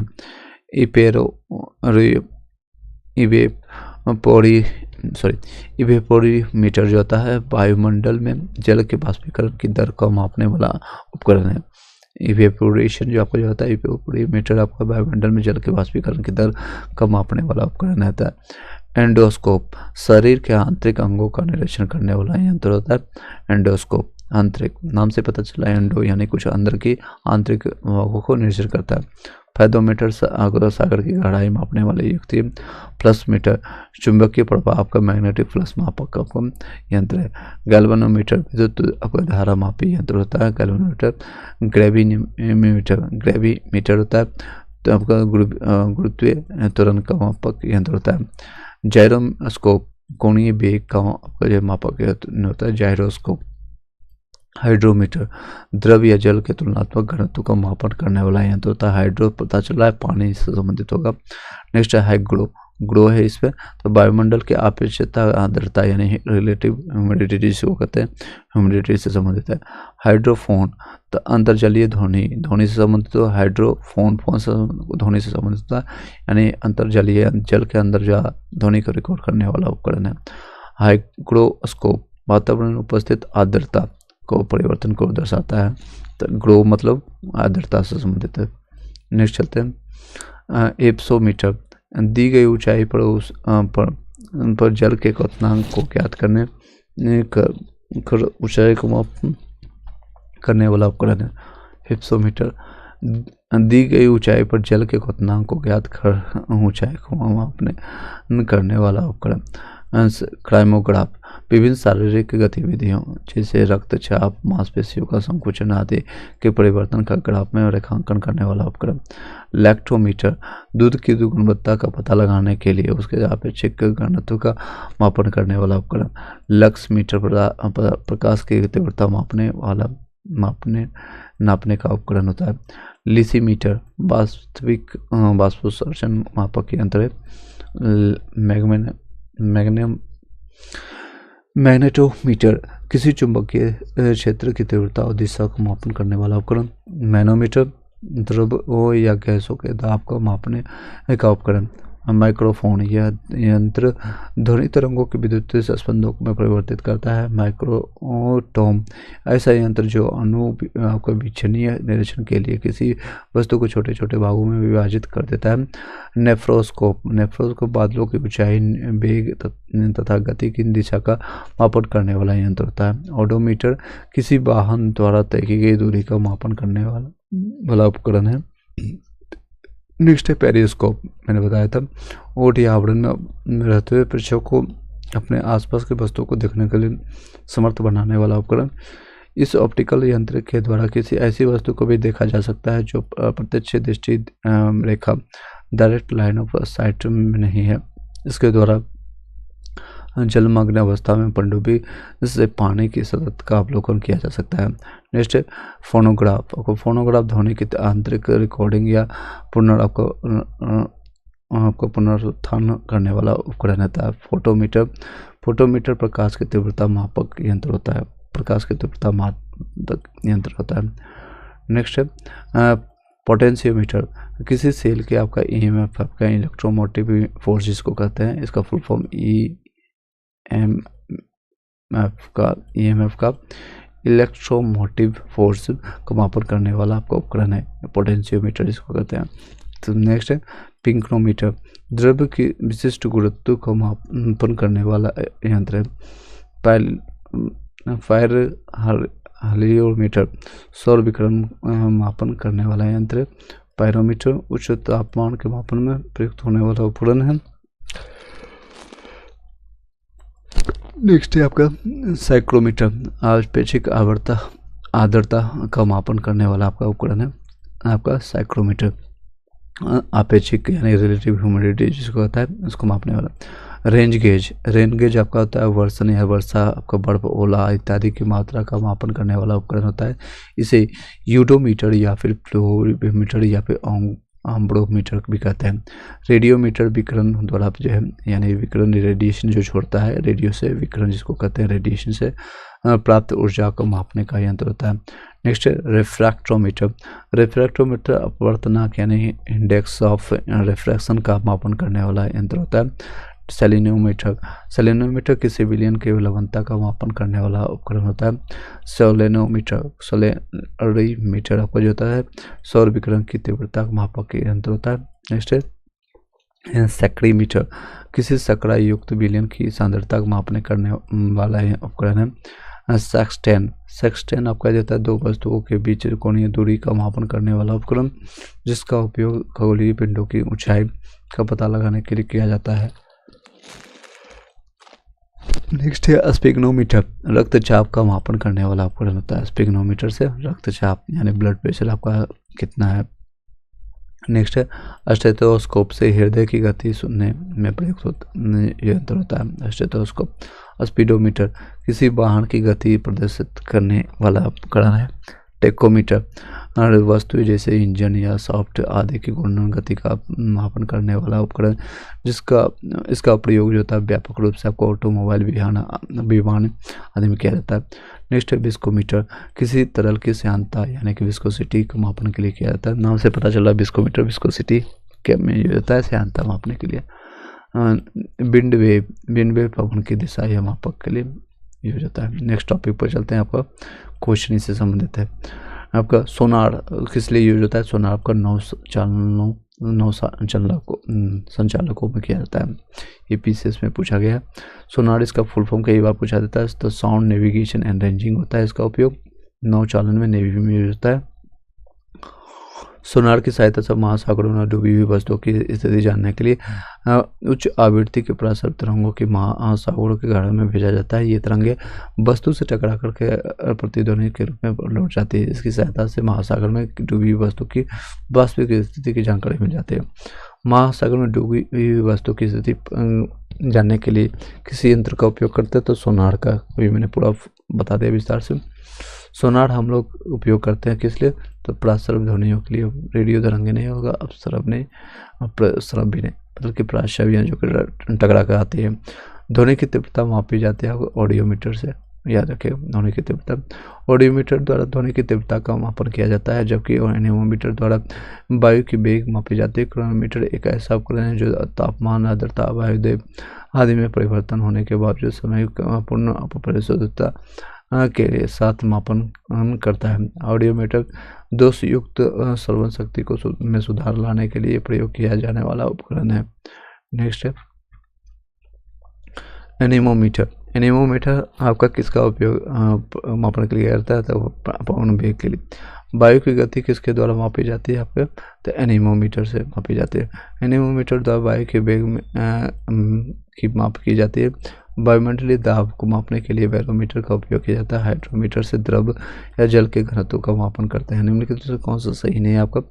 तो आपका एनेमोमीटर वायु की चाल मापते हैं। मीटर से आपका विद्युत धारा, पायरोमीटर से उच्च ताप, टैक्योमीटर आपका दाबांतर नहीं मापता। टैक्योमीटर से आपका दाबांतर को पास्कल से यानी कि मापा जाता है। तो आपको टैक्योमीटर का उपयोगिता है, एक सर्वेक्षण उपकरण है जो जिसे आपको क्षैतिज दूरियां, लंबवत उन्नयन आपका जो प्रोजेक्टाइल दिशाओं के त्वरित मापन हेतु डिजाइन किया जाता है। अन्य विकल्पों के आपका युग्म सम्मिलित है। पायरोमीटर की सहायता से आपका जो उच्च दाब मापा जाता है। पायरोमीटर किस लिए करते हैं? तो उच्च दाब मैंने बताया। पायरोमीटर आपका साइकोमीटर है, यहाँ पर मैंने आपको यहाँ पर देखिए बताया था होगा,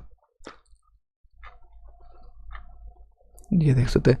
क्रायो मैंने बताया था वही। पायरो मतलब ऊपर पाया पर चढ़ने वाला, और क्रायोमीटर में जहाँ नीचे आपको निम्न दाब मापा जाता है। चलिए नेक्स्ट चलते हैं। नेक्स्ट क्वेश्चन है आपका उच्च दाब। अब कौन सा उच्च दाब? ये देखते हैं कितना बार आ चुका है, कितनी बार पीसीस में रिपीटेड हुआ है, तो ये इंपॉर्टेंट है। पायरोमीटर जो है का पूर्ण विकिरण आपको उच्च जो है टोटल रेडिएशन पायरोमीटर की सहायता से अत्यधिक उच्च तापों की माप की जाती है। यह तापमापी स्टीफेन के नियम पर आधारित होता है, जिसके अनुसार उच्च ताप पर किसी वस्तु से उत्सर्जित विकिरण की मात्रा उसके परम ताप के चतुर्थ घातांक यानी T⁴ के अनुपात होता है। इसकी सहायता से दूरी की वस्तु यथा सूर्य आदि के तापमान का मापन किया जाता है। इस तापमापे से लगभग 800 डिग्री से नीचे का तापमान नहीं मापते हैं, क्योंकि इस उन कम तापमान वाली वस्तुओं के लिए उसमें विकिरण का उत्सर्जन नहीं करती है। तो 800 से ऊपर ही रहेगा हमेशा टेम्परेचर। किस निम्नलिखित संयंत्र में किसका उपयोग जाता है? अत्यधिक उच्च ताप को मापने के लिए जाता है। तो आपका पायरोमीटर, पायरो मैंने बताया आपको पाया पर चढ़ करके जाएगा उच्च तापमान मापने के लिए। इस तरह से जितने भी लोग ज्वाइन करते जा रहे हैं, लाइक करके शेयर कर दीजिएगा। साथ ही साथ सभी लोग लिख दीजिएगा हैप्पी न्यू ईयर। मैं लिख देता हूँ, ट्राई करता हूँ, और लिखा गया तो सही है।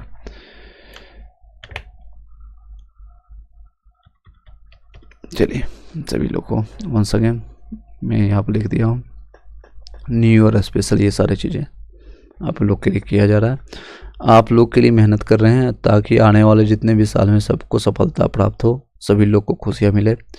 और आप भी अपना मैसेज हमें भेज कर सकते हैं, मैसेज भेज सकते हैं, कमेंट कर सकते हैं, लाइव में आप भेज सकिए, या फिर आप रिकॉर्डेड में जब भी देखेंगे तब भी आप भेज सकते हैं। चलिए मैक्सिमम टाइम आप कोशिश कीजिए अपने दिन की शुरुआत, अपने रात की शुरुआत, जो भी खाली समय होता है आप उसमें पढ़ाई और पढ़ाई, सिर्फ पढ़ाई कर सकते हैं। चलिए नेक्स्ट क्वेश्चन है, निम्नलिखित तापमापियों में किसे पायरोमीटर कहा जाता है? तो जिसको विकिरण तापमान में रेडिएशन के लिए मैंने बताया था आपको, न आपको ताप विद्युत के लिए, नहीं गैस में के लिए भी, नहीं द्रव में भी नहीं करते। नेक्स्ट है वह थर्मामीटर जो आपको 2000 डिग्री से नापने के लिए प्रयुक्त होता है। मैंने बताया 800 से ऊपर जितने भी होंगे तो उसमें आपको पूर्ण विकिरण पायरोमीटर का यूज होता है। पूर्ण विकिरण पायरोमीटर द्वारा अत्यधिक उच्च तापमान का यानी उच्च तापमान का मापन किया जाता है। यह मुख्यतः गतिशील वस्तु या उन सतहों के मापन हेतु प्रयुक्त होता है जिन तक आपका पहुँचना या अथवा उन्हें स्पर्श करना संभव ना हो। इन्हें उसमें विकिरण द्वारा के मापन द्वारा जो है तापमान का मापन किया जाता है। पायरो हिलियोमीटर का उपयोग किसके लिए नापने के लिए किया जाता है? तो सोलर रेडिएशन के लिए किया जाता है। सोलर आपका विकिरण को नापने के लिए दो विकिरण आपका उपकरण का यूज होता है। तो आपका पायरोनोमीटर, एक पायर हिलियोमीटर होता है, या दोनों। मैनोमीटर उपयोग होता है गैसों का दाब के लिए मापने के लिए। गैसों का दाब, मैनोमीटर नापा के यंत्र तक गैसों का दाब यानी गैस में कितना प्रेशर है उसको मापने के लिए करते हैं। चलिए इसको मिलाना है, आप लोग बताइएगा इसका सही जवाब क्या है। आमीटर का यूज होता है, अभी मैंने धारा के लिए आपका यूज करते हैं, तो विद्युत धारा के लिए। और हाइग्रोमीटर आर्द्रता, चले जाइए ग्रो आ जाएगा, जैसे तो आपका आर्द्रता ह्यूमिडिटी पे चले जाइए। नेक्स्ट आपका है स्प्रिंग की तुला। स्प्रिंग की तुला किससे मापते हैं? बैरोमीटर की क्या करते हैं? तो स्प्रिंग की तुला आपका है भार मापते हैं, और बैरोमीटर आपका मेजरमेंट होता है प्रेशर के लिए यानी दाब के लिए। तो इस तरह से आपको लेट कर लीजिएगा, तो ये बी ऑप्शन इसका सही आ जाएगा। नेक्स्ट है निम्नलिखित में कौन सा सही नहीं है? ठीक है, जानते हैं। ऑडोमीटर से वाहनों के पहियों के द्वारा तय की गई दूरी, बिल्कुल ये ऑडियोमीटर आपने बाइक या स्कूटी या फिर कहीं भी आपने देखा होगा, यहाँ पर लगी होती है, और उसी से हम इसका टेम्परेचर मापते हैं। चलिए, जितने भी लोग अभी जुड़े हुए सबको वंस अगेन नंबर्स की शुभकामनाएं, और आप लोग का साल अच्छा गुजरे, स्वस्थ रहे, मस्त रहे और ज़बरदस्त रहे, अपने अपने काम में स्ट्रॉन्ग बने। नॉलेज रहेगा, knowledge is the power, you will able to do anything in this world. Audiometer क्या होता है? विद्युत चुम्बकीय तरंगों की आवृत्ति मापने का यंत्र होता है। ऑडियोमीटर होता है विद्युत तीव्रता मापक यंत्र होता है। अमीटर आपका विद्युत शक्ति के लिए मापक यंत्र नहीं, बिल्कुल नहीं। अमीटर से आपको विद्युत धारा मापते हैं, इसका मात्रक आपका वाट होगा, तो ये आपका गलत हो गया, डी आंसर इसका सही है। विद्युत अमीटर से आपको विद्युत धारा मापते हैं और ना कि विद्युत शक्ति। चलिए, विद्युत धारा का मात्रक है अमीटर, मैंने अभी बताया। विद्युत अमीटर से विद्युत धारा मापते हैं। पोटेंशियोमीटर से आपका ईएमएफ यानी इलेक्ट्रोमोटिव फोर्स आपको मापते हैं। अब वायुमंडलीय दाब को मापने वाले यंत्र को क्या कहते हैं? तो उसको बैरोमीटर कहते हैं। वायुमंडलीय दाब को बैरोमीटर के लिए मापते हैं, जिससे आपको अगर अचानक गिर जाए तो ये भी याद है कि अचानक गिर जाए, वायुमंडलीय पारा जो है अचानक गिर जाने पर तूफानी जो है संकेत आता है। धीरे धीरे ऊपर आए तो आपका जो है मौसम साफ होने का संकेत मिलता है। साधारण बैरोमीटर कौन से जो है द्रव का बना होता है? तो आपको पता है, इसमें से जल, पारा या अल्कोहल या फिर को साधारण जल वायुदाबी एक यंत्र है। इसकी सहायता से वायुमंडलीय दाब को मापा जाता है। विभिन्न प्रकार के बायोमीटर में अलग अलग प्रकार के द्रव या जल या पारा या फिर जिसको मरकरी कहते हैं या फिर हवा का प्रयोग किया जाता है। साधारणतः बैरोमीटर में पारे का उपयोग किया जाता है अधिक प्रचलन के लिए। तो इसमें से ये भी सही हो सकता था, ये भी सही होता है, तो अलग अलग यूज होता है। जनरली आपको पारा का यूज होता है। दूध की आवश्यक घनत्व मापा जाता है तो लैक्टोमीटर से, याद रखिएगा। लैक्ट से ही इसका निकलता है, दूध का मतलब होता है तो लैक्टोमीटर। दूध का अपेक्षित आपका घनत्व या दूध की शुद्धता का मापन लैक्टोमीटर से की सहायता से किया जाता है। बैरोमीटर आपका बैरोमीटर इसको होता है दूध या दूध उत्पादन में वसा की मात्रा को मापते हैं। तो वसा यानी कि फैट जिसको कहते हैं, जिससे दूध मक्खन बनता है, तो ये किससे मापते हैं? तो बैरोमीटर से, बैरोमीटर। दूध की घनत्व किससे मापते हैं? तो आपका लैक्टोमीटर से। वायुमंडल की अपेक्षित आर्द्रता हाइग्रोमीटर से मापते हैं। नेक्स्ट है बाकी लैक्टोमीटर से शुद्धता, हाइड्रोमीटर से, ये सब जानते चले जाएगा।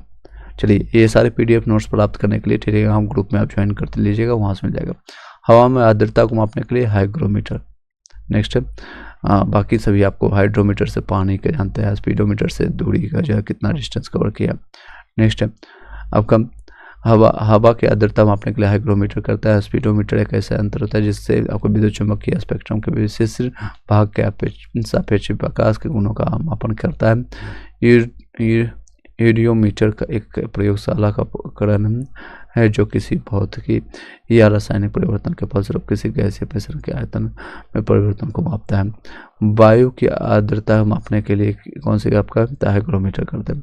हाइग्रोमीटर से नापा जाता है वायुमंडलीय आर्द्रता को नामांकित करने वाला उपकरण कौन सा है? तो आपका हाइग्रोमीटर। आर्द्रता को किस तरह से नामांकित करने वाला उपकरण? हाइग्रोमीटर। पायरोमीटर उच्चता, आपका हिप्सोमीटर ऊंचाई, आपका हिप्सोमीटर ऊंचाई मापने वाला यंत्र होता है। थर्मोस्टेट आपको जो है उष्मातापी होता है, किसी तंत्र यानी कि तापमान को नियमित करने का काम करता है। आर्द्रता किस उपकरण से नापी जाती है? हाइग्रोमीटर। कितने बार रिपीटेड ये क्वेश्चन है बीपीएससी में। नेक्स्ट है थर्मोस्टेट कौन सा सही है? याद रखिए, थर्मो रेजिस्टेंस आपका इलेक्ट्रॉनिक थर्मामीटर होता है, ये बिल्कुल से शानदार है। बाकी थर्मोस्टेट आपको जो होता है थर्मो रजिस्टर जिसको कहते हैं रजिस्टर्ड, एक ऐसा उपकरण है जो इलेक्ट्रॉनिक थर्मामीटर की भांति कार्य करता है। यह उपकरण तापमान में परिवर्तन के साथ अपने प्रतिरोध को बदलता है, यानी कि रेजिस्टेंस को बदलता है। तो ये आपका ये सही है। रेजिस्टेंस का फॉर्मूला आप लोग को पता है, I/ρL/A के रूप में जानते हैं। इस तरह से आपको कर सकते हैं। नेक्स्ट है स्टेथोस्कोप। स्टेथोस्कोप से क्या करते हैं? आपको स्टेथोस्कोप जो आपने देखा होगा डॉक्टर कान पर लगा करके सुनते हैं, तो हृदय की ध्वनि के सुनते हैं, धड़कन को सुनते हैं वहाँ से। नेक्स्ट है आपका स्पेग्नोमीटर मैनोमीटर से आपको जो है रक्तचाप यानी ब्लड प्रेशर को मापते हैं, ये भी बता चुके हैं। नेक्स्ट है कैरोटोमीटर। कैरोटोमीटर से हम आपका क्या नापते हैं? तो शुद्धता, सोने की शुद्धता, अभी सोने का रेट है देखते होंगे 1.35 से 1.40, 1,40,000 पार कर गया, तो उसे कैरेटोमीटर कहते हैं। 24 कैरेट सोना है, 24 कैरेट सोना, तो इससे यानी कि शुद्ध सोना है। 22 कैरेट सोना या फिर आपका कहते हैं 18 कैरेट सोना। तो इसमें भी पूछा गया था 18 कैरेट कितने परसेंट हुआ है इसमें सोने की मात्रता, तो इसमें 75% है। इस तरह से आप याद कर सकते हैं, इस सोने की शुद्धता हम आपको पता करते हैं। लक्स मीटर मैंने बताया था आपका, लक्स मीटर आपका प्रकाश की तीव्रता के लिए मापा जाता है, तो इससे कोरिलेट करके आपका सी आंसर इसका हो जाएगा।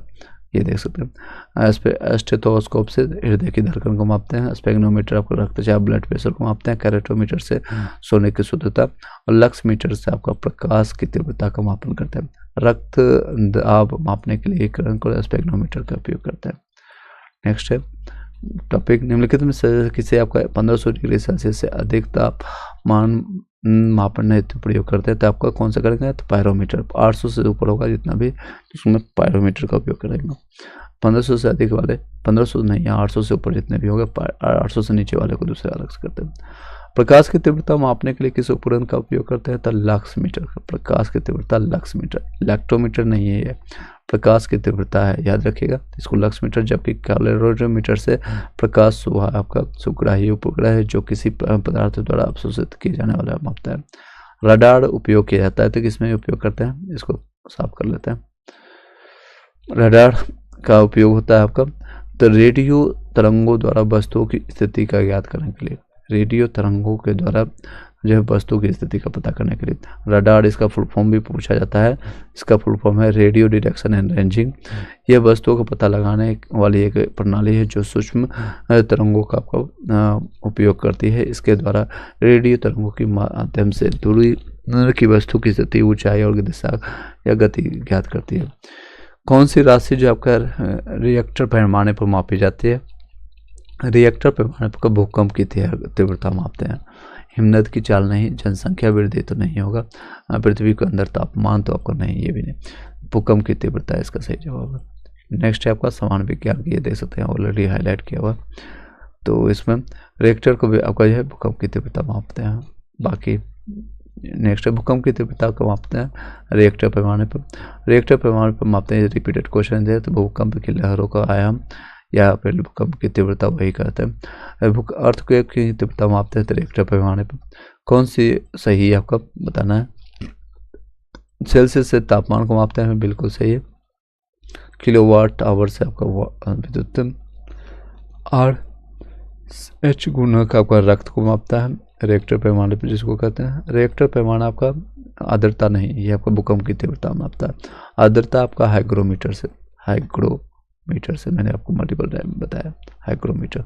चलिए नेक्स्ट है तापमान के निम्न में से किस पैमाने पर ऋणात्मक मान नहीं होता है, सेल्सियस, फ़ारेनहाइट या फिर आपका बताएगा कौन सा आपको जो नेगेटिव में नहीं होता है, तो आपका केल्विन नेगेटिव में नहीं होता, याद रखिएगा। बाकी सभी नेगेटिव में जा सकता है, जैसे माइनस अभी टेम्परेचर कहीं जाएंगे सियाचिन में तो -4 डिग्री सेंटीग्रेड, जहाँ पर क्या होता है सैनिकों की जान चली जाती है, और हम लोग यहाँ पर स्वच्छता से कंबल और चादर में ओढ़ करके बैठे हैं, और आपके बॉर्डर की सिक्योरिटी BSF वाले SSB वाले करते हैं, और हम लोग सुरक्षा सांस लेते हैं। You should salute to everyone, okay, at least army वाले, नेवी वाले और एयरफोर्स वाले जो हमारी सुरक्षा के लिए दिन रात 24 घंटा अपनी जान के लिए प्रवाह किए बिना हमारी सुरक्षा के लिए, तो उन लोगों के लिए बनती है। आप सभी को once again happy new year. चलिए नंबर्स की सबको शुभकामनाएं। चलिए नेक्स्ट क्वेश्चन पर चलते हैं। निम्न में से आपका भूकंप की आपका भूकंप मापी कौन है, तब का स्पेक्ट्रोमीटर, सिस्मोग्राफ से मापते हैं, सॉरी भूकंप मापी जो यंत्र कौन है, सिस्मोग्राफ। सिस्मोग्राफ एक तरंग है जो पर डिटेक्शन एवं का मापन हेतु तो प्रयुक्त होता है, जिसमें कैस्कोग्राफ है पौधों में प्रयुक्त होने वाला वृद्धि मापन का यंत्र है, जिसका प्रयोग आविष्कार जो था भारतीय वैज्ञानिक जगदीश चंद्र बोस ने कब किया था, तो 1900 ईस्वी में किया था। रेनगेज आपका ये वर्षा मापी यंत्र है, रेनगेज आपका याद रखिएगा, वर्षा मापी यंत्र है। गीगर काउंटर का उपयोग एक आपका कण आपका अनुवेदक के रूप में पार्टिकल डिटेक्टर होता है जो आयनित विकिरण को मापता है। भूकंप की तीव्रता किससे मापते हैं, तो आपका सिस्मोग्राफ से मापते हैं। निम्नलिखित युक्तियों में से किसके द्वारा भूकंप की तीव्रता मापन किया जाता है, तो आपको सिस्मोग्राफ के द्वारा। नेक्स्ट है सिस्मोग्राफ क्या होता है, तो भूकंप, आपको भूचाल या भूकंप कर सकते हैं। हृदय की धड़कन तो अलग नहीं है। चलिए नेक्स्ट है, इसका मिलान करना है, समेकित करना है। तो बताइए भूकंप की तीव्रता, भूकंप को सिस्मोग्राफ भी मैंने बताया आपका।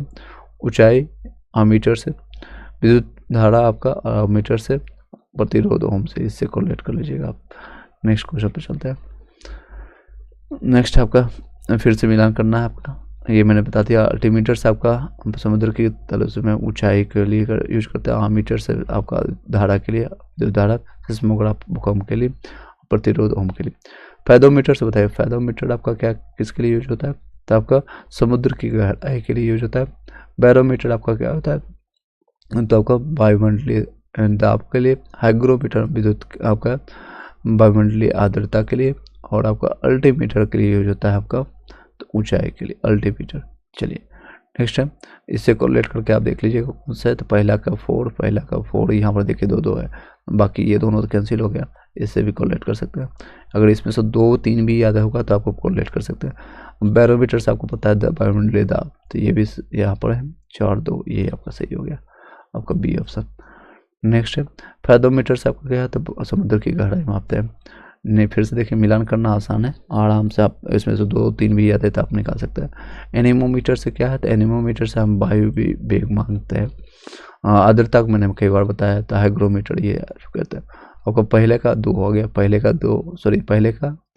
का 3 एकमात्र ऑप्शन है, बाकी देखने की जरूरत है, फिर भी देख लीजिए। अभी कोई आपके पास कोई उतना सर पर एग्जामिनेशन डेट भी नहीं दिया है कोई भी, तो आपको जल्दीबाजी करना नहीं। बैरोग्राफ से हम क्या नापते हैं, तो आपका पहले सिस्मोग्राफ को जानते हैं, जो जानते हैं उसको लगा लीजिए। आपका भूकंप को नापते हैं। बैरोग्राफ से, बैरो से पता है आपका वायुमंडलीय दाब नापते हैं, बहुत से वायु। चलिए नेक्स्ट, एनीमोमीटर वायुवेग, सिस्मोग्राफ भूकंप, बैरोग्राफ वायुमंडलीय दाब, हाइग्रोमीटर आपका आर्द्रता। नेक्स्ट है, तेज कंप्लीट करते हैं टॉपिक को, इसमें ज़्यादा उतना दम नहीं है, सारे क्वेश्चन आप आसानी से बना सकते हैं आप लोग। और सभी लोग को वंस अगेन आप लोग को 2026 हैप्पी न्यू ईयर सबको। और ये साल जो भी आपने मनोकामना किया है, जो भी एग्जामिनेशन के आप प्रिपरेशन कर रहे हैं, सफलता मिले। आप लोग भी कमेंट बॉक्स में ये सब छाप दीजिएगा, और सभी लोग अपने अपने विचार यहाँ पर प्रकट कर सकते हैं। एक बार सभी लोग मैसेज कर दीजिएगा। चलिए कुछ लोग का मैसेज आना शुरू हो गया। पहले तो वीडियो को लाइक करके शेयर कर दीजिएगा और सब्सक्राइब कर लीजिए, तब आप वहाँ पर आप कमेंट कर सकते हैं। यस,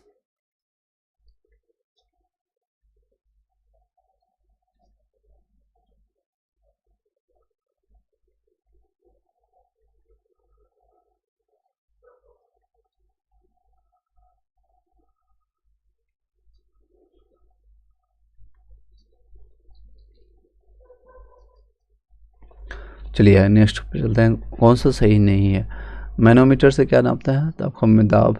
कार्बोरेटर से आपका आंतरिक दहन, आपका इंजन नापता है। कार्डियोग्राम से आपका हृदय की धड़कन। सिस्मोमीटर से आपको आपका तल की वक्रता नहीं नापते हैं। आपका इससे क्या मापा जाता है, तो भूकंप का मापन किया जाता है सिस्मोग्राफ से, आपका सिस्मोमीटर से भूकंप की तीव्रता। नेक्स्ट है आपका निम्नलिखित में से किसके मापन को फैनोमीटर का उपयोग किया जाता है, तो फैनोमीटर का उपयोग ध्वनि की तीव्रता और स्पंदन की आवृत्ति मापते हैं। तो ध्वनि की तीव्रता इसमें कोई भी ऑप्शन नहीं दिया गया, इसमें हाइग्रोमीटर का उपयोग होता है। नेक्स्ट है झूठ का पता लगाने के लिए कौन से यंत्र का उपयोग, तो पॉलीग्राफ यूज होता है। वो झूठ का पता लगाने के लिए पॉलीग्राफ। सभी लोग का हैप्पी न्यू ईयर। चलिए पॉलीग्राफ आपका होता है झूठ का पता लगाने के लिए। पायरोमीटर उच्च ताप के लिए। हाँ, गायरोस्कोप घूमती हुई वस्तुओं की गति नापने के लिए होता है। काइमोमीटर आपका शरीर की क्रियाओं को ग्राफ द्वारा निरूपित करने वाला यंत्र है, जिसे रक्तचाप, आपके हृदय की धड़कन इत्यादि। नेक्स्ट है 50वां क्वेश्चन है, ऊर्ध्वाधर तल या क्षैतिज तल में कोणीय दूरी को मापने के लिए उपयोग होता है। कौन होता है, तो थियोलाइट के रूप में जानते हैं, थियोलाइट। कि क्षैतिज तल या ऊर्ध्वाधर तल में आपको कोणीय दूरी को मापने के लिए क्या होता है, तो थियोलाइट का प्रयोग किया जाता है। चलिए ये टॉपिक आपका कंप्लीट हो गया। नेक्स्ट टॉपिक आपका मैकेनिक्स है। 2 टॉपिक आपका मैंने कंप्लीट करा दिया अभी।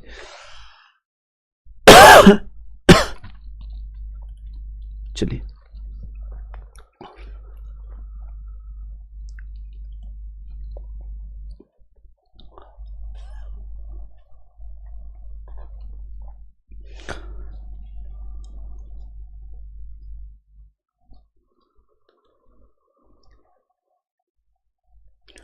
चलिए मैकेनिक्स को कंप्लीट करने की कोशिश करते हैं। इसमें जितना भी अभी क्वेश्चन है उसके साथ साथ थ्योरी को हम साथ साथ थ्योरी बताने के बाद आपका जो है कम समय में आपका क्वेश्चन लग जाएगा। पहले हम थ्योरी थोड़ा बता देते हैं। जो लोग साइंस बैकग्राउंड से नहीं होंगे तो उन लोग को भी थोड़ा समझने में आ रहा होगा, इस कोई दिक्कत नहीं आ रही होगी। मैकेनिक्स इसका नोट्स देख के जानते हैं, जिसमें हम एक टॉपिक जो पढ़ेंगे अभी द्रव्यमान, जिसके बारे में मास, इसका यूनिट होता है किलोग्राम। मैं थोड़ा बता देता हूँ। इसका मात्रक न्यूटन होता है, इसका मीटर प्रति सेकंड के रूप में, स्क्वायर के रूप में जानते हैं। कार्य और ऊर्जा दोनों का मात्रक जूल होता है। संवेग न्यूटन सेकंड होता है, न्यूटन सेकंड के रूप में जानते हैं। गति को हम मोशन के रूप में जानते हैं। यांत्रिकी यानी मैकेनिक्स भौतिक विज्ञान की वो शाखा है जिसमें पिंडों पर बल लगाने एवं उन्हें विस्थापित करने पर उनके व्यवहार में होने वाले परिवर्तन का अध्ययन किया जाता है। भार क्या होता है? किसी वस्तु पर पृथ्वी पर लगाया गया आकर्षण बल उस वस्तु का भार कहलाता है। द्रव्यमान होता है किसी वस्तु या पदार्थ के परिणाम को उस वस्तु का द्रव्यमान, आपको पदार्थ का द्रव्यमान कहते हैं। किसी वस्तु का द्रव्यमान प्रत्येक स्थान पर स्थिर रहता है, इसे m से आपको व्यक्त किया जाता है। पृथ्वी का आकर्षण बल होता है वस्तु या पदार्थ का परिणाम होता है, इसका मात्रक न्यूटन होता है। इसका मात्रक आपका द्रव्यमान का ग्राम के रूप में जानते हैं। दोनों में अंतर जान लीजिए, द्रव्यमान और भार में। पृथ्वी का यह आकर्षण बल होता है, इस पे वस्तु का या फिर पदार्थ का परिणाम होता है, इसका मात्रक न्यूटन होता है। इसका मात्रक ग्राम या किलोग्राम के रूप में जानते हैं। यह सदिश राशि है भार वाला, ये अदिश है द्रव्यमान। ये वस्तु पर भार आपको विभिन्न स्थानों पर भिन्न होता है। जैसे आपको चंद्रमा पर चले जाएंगे, यहाँ पर आपका 60 न्यूटन है तो वहाँ आपका 10 न्यूटन हो जाएगा, याद रखिएगा। और ये लेकिन ये किसी वस्तु के द्रव्यमान जो होता है प्रत्येक स्थान पर अचर रहेगा, यानी कांस्टेंट रहेगा।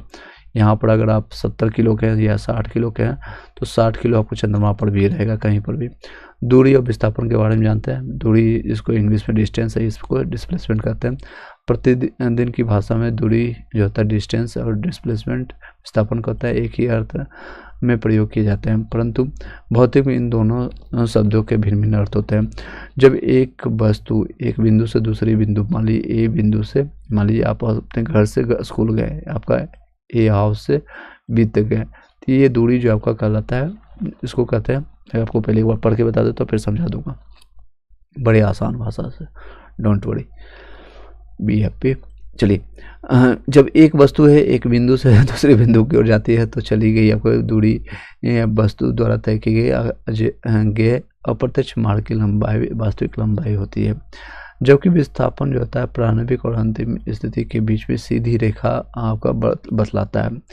इसलिए जो होता है गतिशील वस्तु द्वारा तय की गई दूरी जो भी हो, वस्तु का विस्थापन सदैव आपको प्रारंभिक और अंतिम स्थितियों के बीच में कम से कम यानी सबसे कम दूरी को प्रदर्शित करता है। जैसे आपका एग्जांपल में मान लीजिए आपने यहाँ से, आपका घर है हुआ आपका ए से, और आप स्कूल बी के गए। बी के जाने के बाद आप अपने ट्यूशन के लिए चले गए सी के पास, सी मैडम के पास सब चले गए। तो फिर पूछा जाएगा कि दूरी कितना है। तो यहाँ से आपने चला, मान लीजिए आपने 3 किलोमीटर चला और ये आपने चला आपका 4 किलोमीटर, याद रखिएगा ये सारे किलोमीटर में है। यहाँ से यहाँ तक गया 3 किलोमीटर, यहाँ गया 4 किलोमीटर और ट्यूशन से। तो पूछा जाएगा कि आपका टोटल डिस्टेंस कितना है। तो डिस्टेंस आपका 3 और 4 दोनों मिलाकर के 7 किलोमीटर हो जाएगा। लेकिन पूछेगा विस्थापन क्या है, विस्थापन जिसको कहते हैं डिस्प्लेसमेंट, तो आपका विस्थापन क्या होगा, तो इसमें विस्थापन पूछेगा न्यूनतम दूरी, ये आपका न्यूनतम दूरी होगा। इसका न्यूनतम दूरी अगर निकालेंगे तो √100 आ जाएगा, 3 का स्क्वायर प्लस 4 का स्क्वायर, तो निकालने के बाद इसका आ जाएगा 5, इसका 5 आ जाएगा 5 किलोमीटर, ये न्यूनतम दूरी, इसको डिस्प्लेसमेंट कहेंगे। और ये डिस्टेंस को जो यहाँ से यहाँ तक कवर किया आपने, चुन्नू मुन्नू जो भी ने किया, वो कहलाता है आपका दूरी। ये आप समझ गए होंगे, आई होप सो। चलिए सभी लोग बता दीजिएगा यस नो में भी। चली गई दूरी जो है केवल आपका परिणाम और मैग्नीट्यूड होता है, जबकि विस्थापन जो होता है परिणाम के साथ साथ दिशा भी बताता है। बता रहा है कि नहीं, परिणाम के साथ साथ कि कौन सी दिशा में, तो नॉर्थ ईस्ट में है या फिर ऊपर है, कहीं पर है। स्पष्ट दूरी एक अदिश राशि है, जबकि विस्थापन सदिश राशि है। गतिशील वस्तु के द्वारा चली गई दूरी शून्य नहीं हो सकती, जबकि आपका वस्तु का अंतिम विस्थापन शून्य हो सकता है। किसी गतिशील वस्तु का जो है विस्थापन शून्य तब होगा जब एक निश्चित दूरी चलने के बाद अंततः प्रारंभिक, यानी मान लीजिए उसने चला ए से और बी तक गया, बी के बाद सी के गया और वापस ए पर चला के आया, तो विस्थापन यहाँ पर 0 हो गया, प्रारंभिक बिंदु पर आ गया तो शून्य हो गया।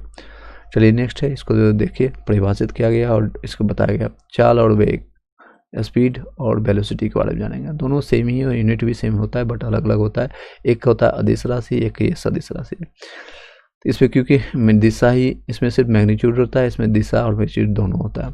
किसी वस्तु की चाल उसके द्वारा प्रति एकांक समय में अगर तय की गई दूरी को कहता है, क्या कहलाता है, चाल कहलाता है। चाल बराबर चली गई दूरी अपूर्ण समय होता है। एक अदिश राशि होता है, इसका मात्रक मीटर प्रति सेकेंड होता है।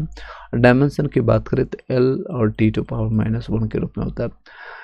किसी वस्तु पर वेग यदि प्रति एकांक समय में उत्पन्न आपका विस्थापन होता है तो वेग बराबर विस्थापन बटे समय होता है। चाल एवं वेग में अंतर यह है कि चाल केवल परिणाम होता है, जबकि उसमें आपको कोई विशिष्ट आपका दिशा नहीं होती है, जबकि वेग में परिणाम के साथ साथ दिशा भी होता है। वेग एक सदिश राशि है तो त्वरण सिमिलरली होता है। किसी वस्तु के त्वरण उस जो है समय के साथ उसके वेग में परिवर्तन की दर के रूप में परिभाषित किया जाता है, यानी त्वरण बराबर होता है आपका वेग में परिवर्तन अपन समय। इंग्लिश में change in velocity upon time कहा जाता है। इंग्लिश मीडियम वाले ध्यान दीजिएगा, change in velocity upon time के रूप में जानता है। चेंज इन वेलोसिटी में शॉर्ट में लिख देता अपन टाइम के रूप में जानता है। त्वरण बराबर होता है अंतिम वेलोसिटी माइनस प्रारंभिक यानी इनिशियल वेलोसिटी अपन टाइम होता है, यानी अंतिम वेग माइनस प्रारंभिक बटे समय होता है। यदि वस्तु का वेग आपका जो है प्रारंभिक वेग u है और आपका समय t होता है और अंतिम वेग v है तो इसको लिखा जाता है a बराबर v माइनस u अपन t के रूप में। इसका मात्रक मीटर प्रति सेकंड स्क्वायर होता है। इसके डायमेंशन की बात करें, इसके बीमा कहते हैं m⁻0 L⁻1 T⁻⁻2 के रूप में जानता है, क्योंकि यहाँ पर स्क्वायर है, याद रखिएगा। न्यूटन के गति के नियम बता दें पूरा। यस, पिंडों या वस्तुओं की गति के वर्णन करने के लिए न्यूटन ने 3 नियम दिए थे। इन गतियों को इन नियमों को न्यूटन के गति के नियम कहा जाता है। न्यूटन के गति के नियम बल के परिशुद्ध परिभाषा देते हैं। वस्तु पर लगाए गए बल और उनके द्वारा प्राप्त की गई दूरी की अवस्था के बीच संबंध स्थापित करते हैं। न्यूटन का गति का प्रथम नियम है आपका, प्रथम नियम के अनुसार कोई विरामावस्था वस्तु विरामावस्था ही बनी रहेगी और गतिमान वस्तु निरंतर एक समान चाल से सीधी रेखा में गतिमान रहेगी जब तक कि उसकी विरामावस्था एक समान गति की अवस्था में परिवर्तन के लिए बाहरी बल के द्वारा उसे बाध्य नहीं किया जाता है। उल्लेखनीय है कि किसी वस्तु के विरामावस्था रहने की या यदि गतिमान है तो ये एक सीधी रेखा में आपका निरंतर गतिमान रहने की प्रवृत्ति जड़त्व आपका इनर्शिया कहलाती है। वास्तव में द्रव्यमान किसी वस्तु के जड़त्व की माप है। वस्तु में यदि अधिक द्रव्यमान होता है तो उसमें जड़त्व भी अधिक होता है, अर्थात हल्की वस्तुओं की अपेक्षा भारी वस्तु में अधिक जड़त्व होता है। चलिए नेक्स्ट चलते हैं। न्यूटन का द्वितीय गति नियम क्या कहलाता है, उसको जानते हैं। न्यूटन के गति के प्रथम नियम से स्पष्ट है कि वस्तु पर बाह्य बल लगाने से उसकी गति में परिवर्तन होता है।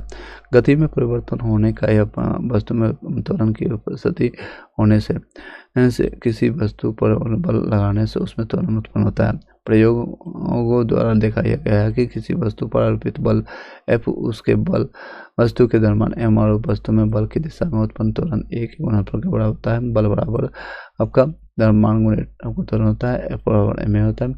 इसी समीकरण को न्यूटन का गति का द्वितीय गति नियम कहते हैं।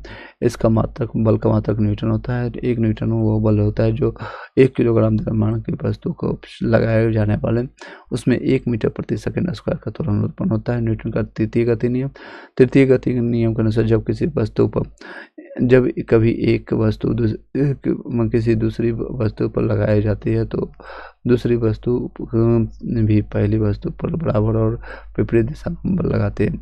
पहली वस्तु द्वारा दूसरी वस्तु पर लगाए गए बल को क्रिया कहते हैं। दूसरी वस्तु द्वारा पहली वस्तु पर लगाए गए बल को प्रतिक्रिया कहते हैं।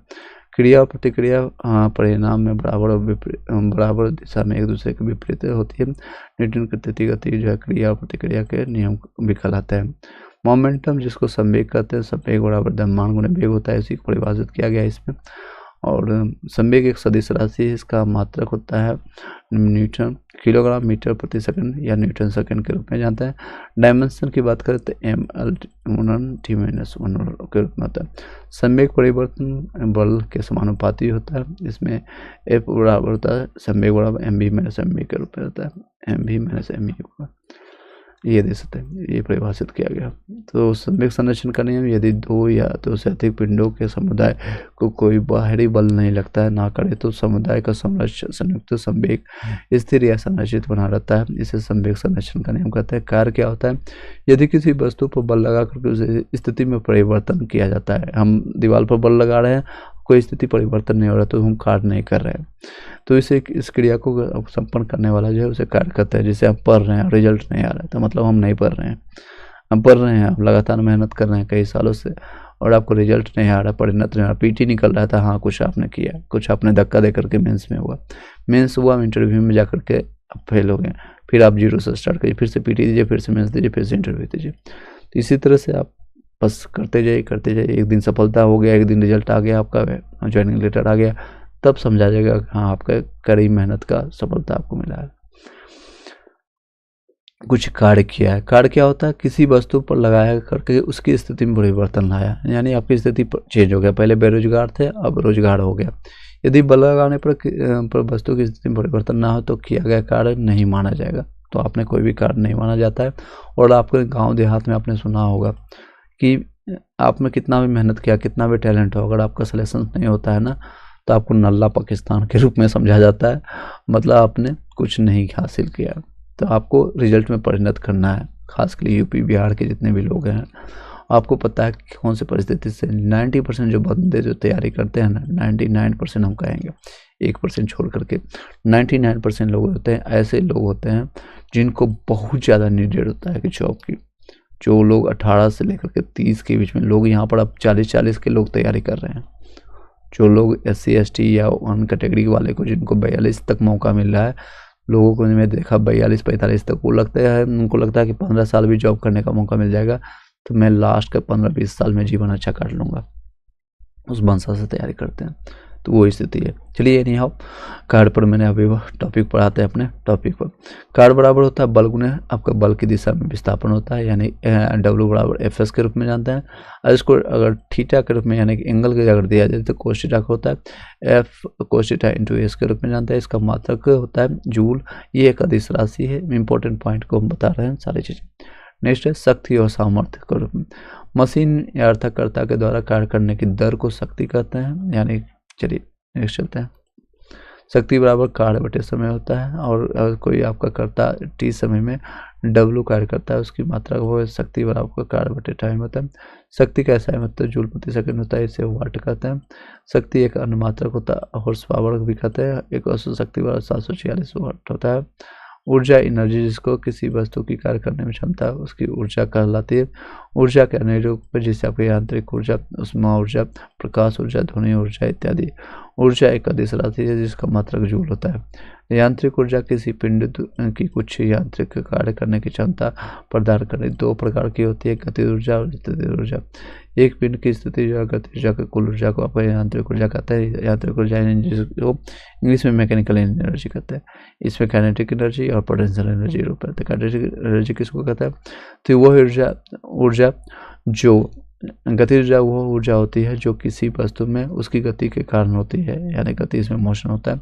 यदि किसी वस्तु का द्रव्यमान m किलोग्राम, चाल आपका 20 मीटर प्रति सेकंड हो तो वस्तु में की गति आपका होता है ½ MV। उसका स्थिति ऊर्जा आता है, वो ऊर्जा आता है जो किसी वस्तु या निकाय की स्थिति या अथवा दशा के कारण होती है। स्पष्ट है कि यदि कोई वस्तु किसी बल के अंतर्गत एक स्थिति से दूसरी स्थिति में लाई जाए तो इस दौरान किया गया कार्य वस्तु की स्थिति ऊर्जा में संचित होता है। स्थिति ऊर्जा के कई रूप होते हैं, जिसे प्रत्यास्थ स्थिति ऊर्जा, कुर्तीय स्थिति ऊर्जा, वैद्युत स्थिति ऊर्जा होता है। किसी वस्तु की स्थिति ऊर्जा होता है पोटेंशियल एनर्जी MGH के रूप में जानते हैं। अब चलिए क्वेश्चन पर आते हैं, क्वेश्चन करते हैं। न्यूटन के गति का पहला नियम क्या होता है, तो आपका जड़त्व का नियम इसको कहते हैं। जड़त्व के नियम कैसे जानते हैं, जड़त्व का नियम के रूप में जाता है। प्रथम गति नियम आपका लॉ ऑफ इनर्शिया, इसके अनुसार होता है प्रत्येक पिंड जब तक कि अपने विराम अवस्था में तब तक आपका सरल रेखा में एक समान गति की अवस्था में रहता है जब तक कोई बाहर बल इस पर कार्य नहीं करता है।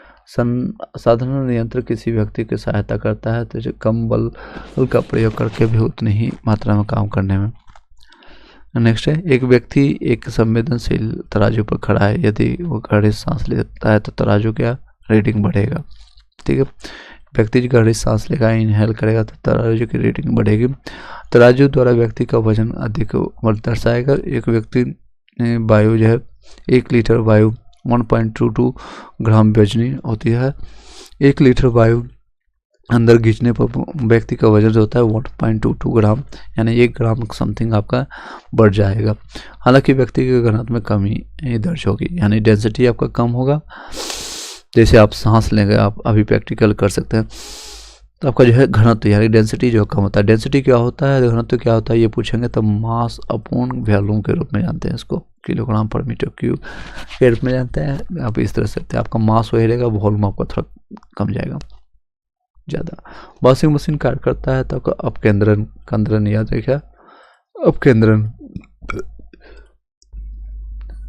वह प्रतिक्रिया बल जो परिणाम है आपका अभिकेंद्रीय बल के बराबर होता है, परंतु जिसकी दिशा में अभिकेंद्रीय बल के विपरीत है, अर्थात केंद्र से बाहर की ओर होती है, अपकेंद्रीय बल सेंट्रीफ्यूगल फोर्स कहलाता है। कपड़ा साफ करने की मशीन, दूध से मक्खन निकालने की मशीन आदि अपकेंद्रीय बल के सिद्धांत कार्य कहलाता है। प्रक्षालन मशीन की कार्य प्रणाली एक का सिद्धांत है, किसका है तो आपका किसका सिद्धांत है, अपकेंद्रीय बल का प्रक्षालन मशीन, वही है वॉशिंग मशीन, इंग्लिश को प्रक्षालन मशीन कहते हैं। निम्नलिखित में कौन सी राशि आपको वेक्टर नहीं है, मतलब कि सॉरी, तो कौन सी आयतन इसमें वेक्टर, मतलब कि आपका सदिश राशि कौन सी नहीं, तो आयतन आपका नहीं है, बाकी विस्थापन सभी है। नेक्स्ट है, कौन सी सदिश राशि है, तो संवेग सदिश राशि है, बाकी दाब विकार ऊर्जा ये सदिश राशि है। सदिश राशि है जिसमें मात्रक मैग्नीट्यूड और दिशा दोनों होता है, तो इसमें कौन सा है तो विस्थापन है। समय और दूरी चालिए अदिश राशि। अब पदार्थ के संवेग यानी वेग के अनुपात में क्या करता है, संवेग यानी कि mv/v के रूप में, तो इसको भी कट जाएगा तो द्रव्यमान बचेगा, सिर्फ द्रव्यमान यहाँ पर देख सकते हैं। नेक्स्ट है, बल आपका मात्रक है तो mv एक है, द्रव्यमान और त्वरण का, द्रव्यमान और त्वरण ए आपका इसका आंसर हो जाएगा। नेक्स्ट है, किसी घन के आयतन और पृष्ठ क्षेत्र को निरूपित करने के वाले सामान्य जो संख्या या समान हो तो उस घन के किनारे की लंबाई कितनी होगी, तो घन के किनारे आपका कितना होगा तो 6 हो जाएगा। ये देख सकते हैं कि घन में आपका 6 पार्ट होता है, याद रखिएगा। ऊर्जा का संचय संरक्षण का आशय है आपका, ऊर्जा का ना तो सर्जन किया जा सकता ना ही विनाश किया जाता है। हवा की ऊर्जा होता है केवल गति ऊर्जा, तो इसमें सिर्फ मोशन होता है। वस्तु बहती आपको वायुमंडली वायु शक्ति यानी विंड अवर्डकों के निम्नलिखित में से कौन सा ऊर्जा जो है विद्युत ऊर्जा में परिवर्तित करता है, तो बताएगा वायु शक्ति कौन सा है, तो इसका सही जवाब है गतिज ऊर्जा में करता है। बहती वायु से उत्पन्न की गई ऊर्जा को पवन ऊर्जा कहते हैं। पवन ऊर्जा के उत्पादन के लिए हवादार जगहों पर एवं पवन चक्कियों को लगाया जाता है, जिसके द्वारा वायु की गति ऊर्जा यांत्रिक ऊर्जा में परिवर्तित हो जाती है। इस यांत्रिक ऊर्जा को जनित की मदद से विद्युत ऊर्जा में परिवर्तित किया जाता है। एक ट्रेन जैसे ही चलना प्रारंभ करती है, उसमें बैठे हुए यात्री को का पीछे सिर पीछे की ओर झुक जाता है। इसके कारण है स्थिरता का, क्या होता है स्थिरता का, जड़त्व के कारण जब अचानक चलता है तो स्थिरता का। नेक्स्ट है आपका, एक पूर्णतः घर्षणहीन पृष्ठ पर खड़ा एक व्यक्ति सीटी बजाने से अपने को गति में ला सकता है। यदि यह आपका